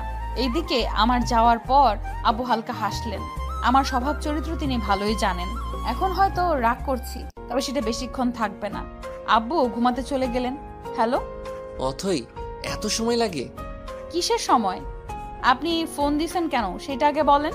ফোনও দিতে পারবো না? অবাক হয়ে বলল নীরব। না, পারবেন না। তাহলে ফোন কেটে দিচ্ছি। অভিমানের সুরে বলল নীরব। তার অভিমানী কণ্ঠ আগে কখনো শুনিনি। অভিমান তো তার সাথেই করা যায় যে আপন হয়। তাহলে কি সে আমায় আপন ভাবছে? মুখের কোণের বিরক্তি হাসিতে পরিণত হলো। তবুও সেই হাসিকে আড়াল করে বললাম, কেন কাটবেন? কেন আগে বলবেন ফোন করার কারণ। তুই আমাকে মাফ কর। আমি বুঝি নাই তোর খারাপ লাগবে। মাফ চাইবেন ভালো কথা, তবে খারাপ লাগবে কেন? ওই যে রাতে। তোমার কি মনে হয় আমি না চাইলে তুমি চুপচাপ সব করতে পারতা? আমি চুপচাপ থাকতাম? মানে তোর সম্মতি ছিল? তা নয় তো কি, আনমনেই বললাম আমি। নীরবের নিজেকে থাবড়াইতে মন চাইছে। ওর আগেই ভাবা উচিত ছিল কোনো মেয়ের সম্মতি না থাকলে সে কি টু শব্দও করবে না। তবুও তার মনে সন্দেহ দূর হলো একটু। সে আবারও বলল, তাহলে রেগেছিলি কেন? তো তুমি খুব ভালোবাসো আমাকে? তুই কি ফিল করেছিস? আমার বলাতে কি আসে যায়? কিছুটা অপ্রস্তুত হয়ে বললাম আমি। আমি কি রেপিস্ট? বউয়ের কাছে যাব ভালোবেসে চাহিদার জন্য না? নেশাতুর কণ্ঠে বলে ফোন রেখে দিল নীরব। আমি স্তব্ধ হয়ে ফোন কানে নিয়ে বসে রইলাম। কালকে নীরবের বলা কথাটা নিয়ে ঘুমানোর আগ পর্যন্ত ভেবেছি আমি। ফলাফল তেমন পাইনি, শুধু ভাবতে ভালো লেগেছে। আম্মু অনেকটা সুস্থ এখন। আব্বুকে বলেছি তিনি যেন এখন থেকেই বাসায় থাকেন, নয়তো তার সাথে কোনো কথা বলবো না। তাই তিনিও রাজি। অথই। নাস্তা বানাতে বানাতে এইগুলোই ভাবছিলাম। হঠাৎ আব্বুর ডাকে আমি রান্নাঘর থেকেই চেঁচিয়ে বললাম, কি হয়েছে? নীরব এসেছে। নীরব এসেছে মানে কি? আবার কি শখ দিতে চাই ও আমাকে? কালকের কথা থেকেই বেরোতে পারেনি, আর আমার সামনে আসলেও যে কোনো এমন কথা বলবেই যাতে আমার ভাবনায় শেষ থাকে না সেটা নিয়ে। সে যাই হোক, আমিও এগিয়ে গেলাম বসার ঘরের দিকে। তাকে বসতে বললাম, তারপর আবারও ফিরে গেলাম। একটু পর আম্মু এসে দাঁড়ালো আমার পাশে। তুমি কেন এসেছো? সব সময় বসে থাকতে ভালো লাগে না, আর আমি তো সুস্থ, সব করতে পারবো। যখন চলে যাব তখন কইরো। এমনিতে তো সারা জীবন করেই যাচ্ছ। আম্মু আর কিছু বললো না। ঘড়ির দিকে তাকিয়ে দেখলাম সবে 8টা বাজে। নাস্তা নিয়ে টেবিলে রাখলাম আমি। সবাইকে নাস্তা দিয়ে আমিও খেলাম। তারপর যে যার রুমে চলে গেল। আমিও সব গুছিয়ে রুমে চলে আসলাম। নীরব ঘরেই ছিল। আমি যেতেই ও উঠে দাঁড়িয়ে আমার দিকে এগিয়ে আসলো। আমি তখনও আগের মতো এক জায়গায় দাঁড়িয়ে আছি, কিন্তু নীরব আমার আরো কাছে আসছে দেখে আমি পেছোতে লাগলাম। 2 কদম পেছনে যাওয়ার পরই নীরব এক টান দিয়ে আমাকে তার পাশে আনলো আর দরজায় ছিটকিনি লাগিয়ে দিল। মেইন টার্গেট ওর দরজা লাগানো ছিল, যা বুঝলাম। তারপর আমাকে দরজার সাথে লাগিয়ে 2 পাশে 2 হাত দিয়ে একটু ঝুঁকে দাঁড়ালো সে।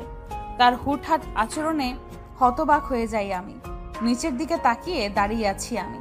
তাই নীরব বলল, জীবনে তো এত লজ্জা পেতে দেখিনি। এত লজ্জা আসছে কোথা থেকে? তোমাকেও এত কাছে আসতে দেখিনি আমি। দূরে সরো, না হলে দম আটকে মারা যাব। আমি কি অক্সিজেন আটকে দাঁড়িয়ে আছি নাকি যে তোর শ্বাস আটকে যাচ্ছে? তোমার যে বিশাল দেহ, তাতে oxygen, carbon die oxide, nitrogen, hydrogen সব আটকে যাবে। নীরব মুখ বাঁকিয়ে সরে গেল।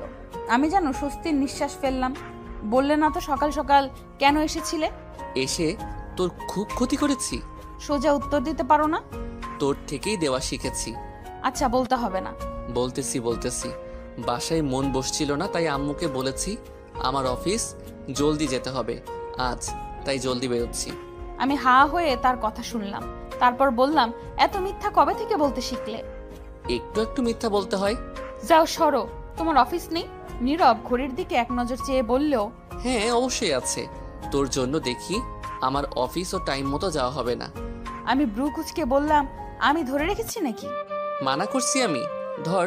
বলেই দুই দিকে হাত প্রসারিত করলো নীরব, মানে যাকে বলে শাহরুখ খান পোজ আর কি।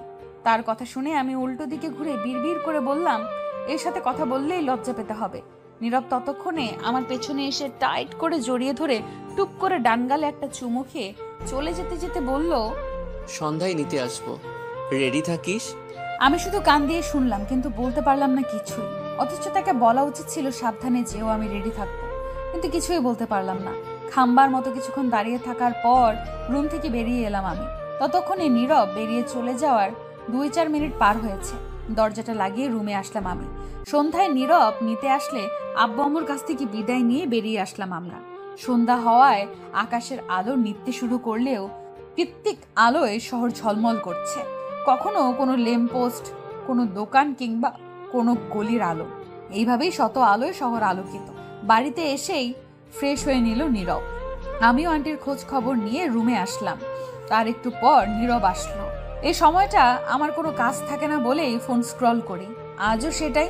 তবে আমার মনে হচ্ছে নীরব এই দিকেই তাকিয়ে আছে, কিন্তু একটু আগে সেও ফোন নিয়ে বসলো। তাহলে কি আমার মনের ভুল? যাই হোক, সেই সব পাত্তা না দিয়ে আমি আমার ফ্রেন্ডদের সাথে কথা বলতে থাকলাম। পড়াশোনার প্রতি কানেক্টেড না থাকলেও আমি তার সাথে কানেক্টেড। হঠাৎই বাইরে কে যেন কলিং বেল চাপ দিল। তা শুনে দুজনেই নিজেদের মুখ চাওয়াচাওয়ি করতে থাকলাম। কিছুক্ষণ পর আমি নীরবকে বললাম দরজা খুলে দিতে। সে দরজা খুলে ফিরে এলো ঠিকই, তবে চোখে মুখে বিরক্তির ছাপ। তাই বললাম, কে এসেছে? পাশের বাসার আন্টি। থমথমে মুখে বলল নীরব। তাতে তোমার এমন অবস্থা কেন? সীমা আন্টি এসেছে। আর কিছু শোনা লাগবে তোর? ওনার কাজই তো হচ্ছে কখনকার ছেলে মেয়ে কি করলো তার তদারকি করা। না জানি আজ কি নিউজ নিয়ে হাজির হয়েছেন। আমি কিছু না বলে চুপচাপ রইলাম। আমারও মেজাজ তুঙ্গে। যাই হোক, একটু পর আন্টি হাসতে হাসতে আমাদের রুমে আসলো। তা দেখে আমরা দুজনেই নড়ে চড়ে ঠিকঠাক হয়ে বসলাম। নীরব জিজ্ঞেস করলো, হাসছো কেন? আজ সীমা আন্টি কুটনামির বদলে কোনো কৌতুক বলেছে নাকি? আন্টি হাসি থামিয়ে বলল, আমার কাছে তোদের দুজনের অভিযোগ নিয়ে এসেছিল। তুই নাকি সন্ধ্যাবেলায় মেয়ে নিয়ে ঘুরছিস, সেদিনও ঘুরছিলি, তোদের মধ্যে নাকি কিছু চলে। যখন অতইকে নীরব রাখতে গিয়েছিল। তুমি কি বললে তারপর? আগ্রহের সাথে বলল নীরব। তারপর আর কি বললাম, জামাই বউ তো একসাথে ঘুরবে, এটাই স্বাভাবিক। এটা শুনে যেন ওনার মাথায় আকাশ ভেঙে পড়লো। উনি জিজ্ঞেস করলেন, তোদের বিয়ে কখন কিভাবে হলো? আমি বললাম, ঘরোয়া ভাবে হয়েছে, তাই বেশি মানুষ জানে না। আন্টির কথা শেষ হতেই আমি আর নীরবও হাসতে লাগলাম। নীরব হাসতে হাসতে বলল, তোমাকে আর কষ্ট করে আমাদের বিয়ের কথা কাউকে জানাতে হবে না, দেখবা কাল আমাদের বাসায় প্রেসও এসে হাজির হবে। বলে আবারও হাসতে থাকলো নীরব। তারপর রাত হতেই আমরা শুয়ে পড়লাম। তবে আজ নীরব পেছন থেকে জড়িয়ে ধরে শুয়েছে আমাকে। তার এই হঠাৎ পরিবর্তনগুলো চোখে পড়ার মতো। তবে ভালোই লাগে, কিছু অভ্যাস কিছু স্মৃতি থাকুক না, সাথে আমিও থাকি, এটাই তো চাই। দুজন মানব জোড়া শামুকের মতো লেগে আছি, কিন্তু কারোর মুখে কোনো কথা নেই। কোনোভাবেই অস্তিত্ব গ্রহণ করি। এইভাবেই কিছু মাস অতিবাহিত হলো। নীরবের স্বভাব আগের তুলনায় অনেক পরিবর্তন হয়েছে। এখনো অনেক কেয়ার করে আমার। সবকিছুতেই তার পারমিশন নেওয়া লাগবে। ও নিজে চেষ্টা করেছে বলেই পরিবর্তিত হতে পেরেছে। আজকে ছুটির দিন বলে আমরা ঘুরতে যাওয়ার সিদ্ধান্ত নিলাম। নীরব আর আমি বিকেলের দিকে বের হলাম। আধা ঘন্টা হাঁটাহাঁটির পর আমরা একটা নির্জন জায়গায় এসে পৌঁছলাম। সেখানেই আমরা বসলাম কিছুক্ষণ। নীরবের কাঁধে মাথা দিয়ে বসে আছি আমি। দূরে একটা বাড়ি থেকে একটা মেয়ে বিষণ্ণ মনে বের হলো। তাকে অনেক চেনা চেনা মনে হলো। একটু পরেই বুঝতে পারলাম ওটা নাহার আপু। তবে চোখে মুখে কেমন যেন ভাব। বাড়িটা ওই তাদেরই। সেদিন বিয়ে বাড়ির সাজ ছিল আর আজ সাধারণ, তাই চিনতে পারিনি। আমি নীরবকে দেখলাম, সেও প্রথমে চিনতে পারেনি। আমরা এগিয়ে গেলাম সেদিকে। যদিও নীরব যেতে চাইছিল না, তবুও আমি নিয়ে এলাম, কারণ তার এই অবস্থা কেন হলো তা জানার অনেক আগ্রহ জাগলো আমার মনে। আমাদের হঠাৎ এখানে দেখে নাহার আপু অনেক অবাক হলো। সে কিছু বলার আগেই আমি বললাম, কেমন আছো? যেমন করে রেখেছো সে অবস্থায় ভালো থাকার আশা করো কিভাবে? তার কথা শুনে ভীষণ অবাক হলাম আমি। কিছু বুঝলামও না, তাই নীরবের দিকে চেয়ে দেখলাম সেও আমার দিকে না বোঝার ভঙ্গিতেই তাকিয়ে আছে। আমি বললাম, আমি রেখেছি মানে? কেমন অবস্থায়? আর আমার সাথে কি সম্পর্ক? বাহ, এখন ভালো সাজা হচ্ছে তাই না? তোমার বলাতেই তো আমি নীরবকে ছেড়ে দিয়েছিলাম। শুধু তোমার কথা ইমোশনাল হয়ে আজ আমার এই অবস্থা। আমার স্বামীও আমাকে ডিভোর্স দিয়ে দিচ্ছে। আজ নীরব আমার সাথে থাকলে আমরা কতই না সুখী হতাম, কিন্তু তোমার কথা ভেবে আমি সবটা বিসর্জন দিয়ে দিয়েছি। আমি অবিশ্বাসের চোখে নাহার আপুর দিকে তাকিয়ে আছি। আমি এরকম কিছুই করিনি। আমি নীরবের দিকে তাকিয়ে দেখলাম সেও অবিশ্বাসের চোখেই নাহার আপুর দিকে তাকিয়ে আছে। আমার মন বলছে সে এসব বিশ্বাস করবে না, তবে কোথাও না কোথাও মনে হচ্ছে যদিও বিশ্বাস করে ফেলে। নাহার আপু সবটাই এমন ভাবে বলেছে যেন সবটা সত্যি, কিন্তু কিছুই সত্যি না। নীরব বলল, এসব কি বলছো নাহার? আমি ঠিকই বলছি নীরব। বলেই সে এগিয়ে গিয়ে নীরবকে জড়িয়ে ধরলো। আমার বুকে ধকধক করে উঠল। নীরব শুধু আমার, আর তার এই বুকেও শুধু আমারই স্থান। সেখানে নাহার আপু কিভাবে? নীরব ওকে সরাচ্ছে না কেন? ও কি বিশ্বাস করে ফেললো নাহার আপুর সবটা? টের পেলাম চোখের কোণে জল এসে ভিড় করেছে। আমি বললাম, চলো না আমরা বাসায় ফিরি। নাহার আপু মিথ্যা বলছে। নাহার আপু নীরবের বুক থেকে সরে এসে আমার দিকে এগিয়ে মারার জন্য হাত উঠাতেই কে যেন তার হাত ধরে ফেললো। আমি তাকিয়ে দেখলাম একজন অচেনা মানুষ।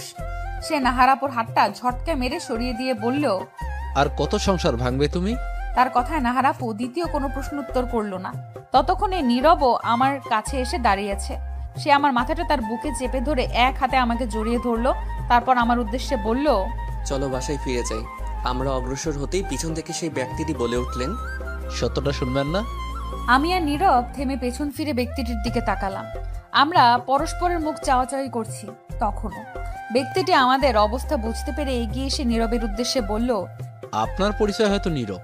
আপনাকে দেখে বুঝতে পেরেছি আপনি আপনার স্ত্রীকে অনেক বিশ্বাস করেন, কিন্তু তবুও পরবর্তীতে যেন এই নিয়ে কোনো প্রশ্ন আপনাদের মনে না জাগ্রত হয়, তাই সত্যটা জানাতে চাই। আশা করি শুনবেন। নীরব শুধু মাথা নাড়ালো, কিছু বলল না। নীরব তখনও আগের ন্যায় আমাকে এক হাতে জড়িয়ে ধরে রেখেছে, আর নাহার আপুও মাথা নিচু করে দাঁড়িয়ে আছে। চারপাশে তখনও কোনো মানুষের আসা যাওয়া দেখা যাচ্ছে না। ব্যক্তিটি বলতে শুরু করলো, আমি নাহারের হাজবেন্ড। আপনারা হয়তো বিয়েতে দেখেছিলেন বলে ভুলে গেছেন, আমারও মনে ছিল না, কিন্তু আপনার স্ত্রীকে বিয়ের দিন নাহারের সাথে কথা বলতে দেখেছিলাম বলে আজ দেখে চিনতে পারলাম। কি কথা হয়েছিল তা তো শুনিনি, তবে তারপর থেকে নাহারের মন খারাপ থাকতো। এমনিতেও সে কোনো কাজ করতো না। এ নিয়ে মায়ের অভিযোগের শেষ ছিল না, তবে নাহার সেগুলো আমলে নিত না। আমি চুপচাপ সবটা শুনতাম, তবে নাহারকে কিছু বলতে পারতাম না, কারণ অনেক ভালোবাসতাম ওকে। অন্যদিকে আম্মুকেও অনেক ভালোবাসি, তার বিরুদ্ধে কিছু বলারও সাহস ছিল না। শুধু বাড়ির কাজ না করলে মায়ের তেমন একটা অভিযোগ থাকতো না, তবে নাহার তার নিজের কাজগুলোও করতো না, যা মায়ের জন্য বাড়তি ছিল। আজ বুঝতে পারছি নাহারের সেই মন খারাপের কারণটা আপনি, কিন্তু সে এখন যেগুলো বলেছে সেগুলো মিথ্যে। আমি সবটা শুনেছি। নাহার নিজে থেকে আমাকে বিয়ে করতে রাজি হয়েছিল, আর আমি তাকে ডিভোর্স দিতে চাই না। পরিস্থিতি এরকম যে আমার ভালোবাসা আমার থেকে যাই হোক, এটাই ছিল সবটা। বলতে বলতে ভদ্রলোকের চোখের কোণে পানি এসে গেছে। হঠাৎ নীরব আমাকে ছেড়ে নাহার আপুর সামনে গিয়ে দাঁড়িয়ে বলল, আমি তোমাকে ভালোবাসতাম নাহার, আর এই ছেলেটা তোমাকে ভালোবাসে। তোমার কথা বলতে গিয়ে তার চোখের কোণে পানি এসে গেছে। ভাবতে পারছো ও ঠিক কতটা চাইলে তার এরকম অবস্থা হতে পারে? তোমার মত কি হবে তা তো জানি না, তবে আমি চাইবো তোমরা সবটা ঠিকঠাক করে নাও। নিজেদের মাঝে ছেলেটা সত্যি চাই তোমাকে। বলেই নীরব আমার হাত ধরে সামনের দিকে এগিয়ে গেল। আমি পেছন ফিরে দেখলাম ছেলেটা চলে যেতে চাইলে নাহার আপু তার হাত ধরে আটকে ফেললো। ছেলেটা প্রশ্নবোধক দৃষ্টিতে তাকালো নাহার আপুর দিকে। নাহার আপু সরি বলল। দূর থেকে যা বুঝলাম। হঠাৎ ছেলেটা নাহার আপুকে জড়িয়ে ধরলো। আপুও কান্না করতে করতে জড়িয়ে ধরলো। আমি নীরবের দিকে চেয়ে বললাম, সব ঠিক হয়ে গেছে। নীরব আমার দিকে প্রশ্নবোধক দৃষ্টিতে তাকালে আমার পেছনের দিকে আমি ইশারা করলাম। সেও পেছন ফিরে একবার ওদের দিকে চেয়ে হাসলো। তারপর আমার দিকে তাকিয়ে সামনের দিকে হাঁটতে থাকলো। ততক্ষণে সন্ধ্যা নেমে এসেছে। আমি বললাম, যদি ওই ভাইয়াটা এসে সত্যি না বলতো তাহলে তুমি আমাকে অবিশ্বাস করতে। অবিশ্বাস করলে এই ছেলের কথা শোনার আগে তোকে নিয়ে আসতাম না। আমি কিছু বললাম না। নীরব আবারও বলল, ভালোবাসি। আমি হেসে মুখ অন্যদিকে ঘুরিয়ে ফেললাম। এতদিনে এসে কথাটা শুনলাম। আমার উত্তর আমিও। আমিও কি? ভ্রু উঁচিয়ে জিজ্ঞেস করলো নীরব। ভালোবাসি। ভালোবাসি ভালোবাসি, আছি মোরা পাশাপাশি।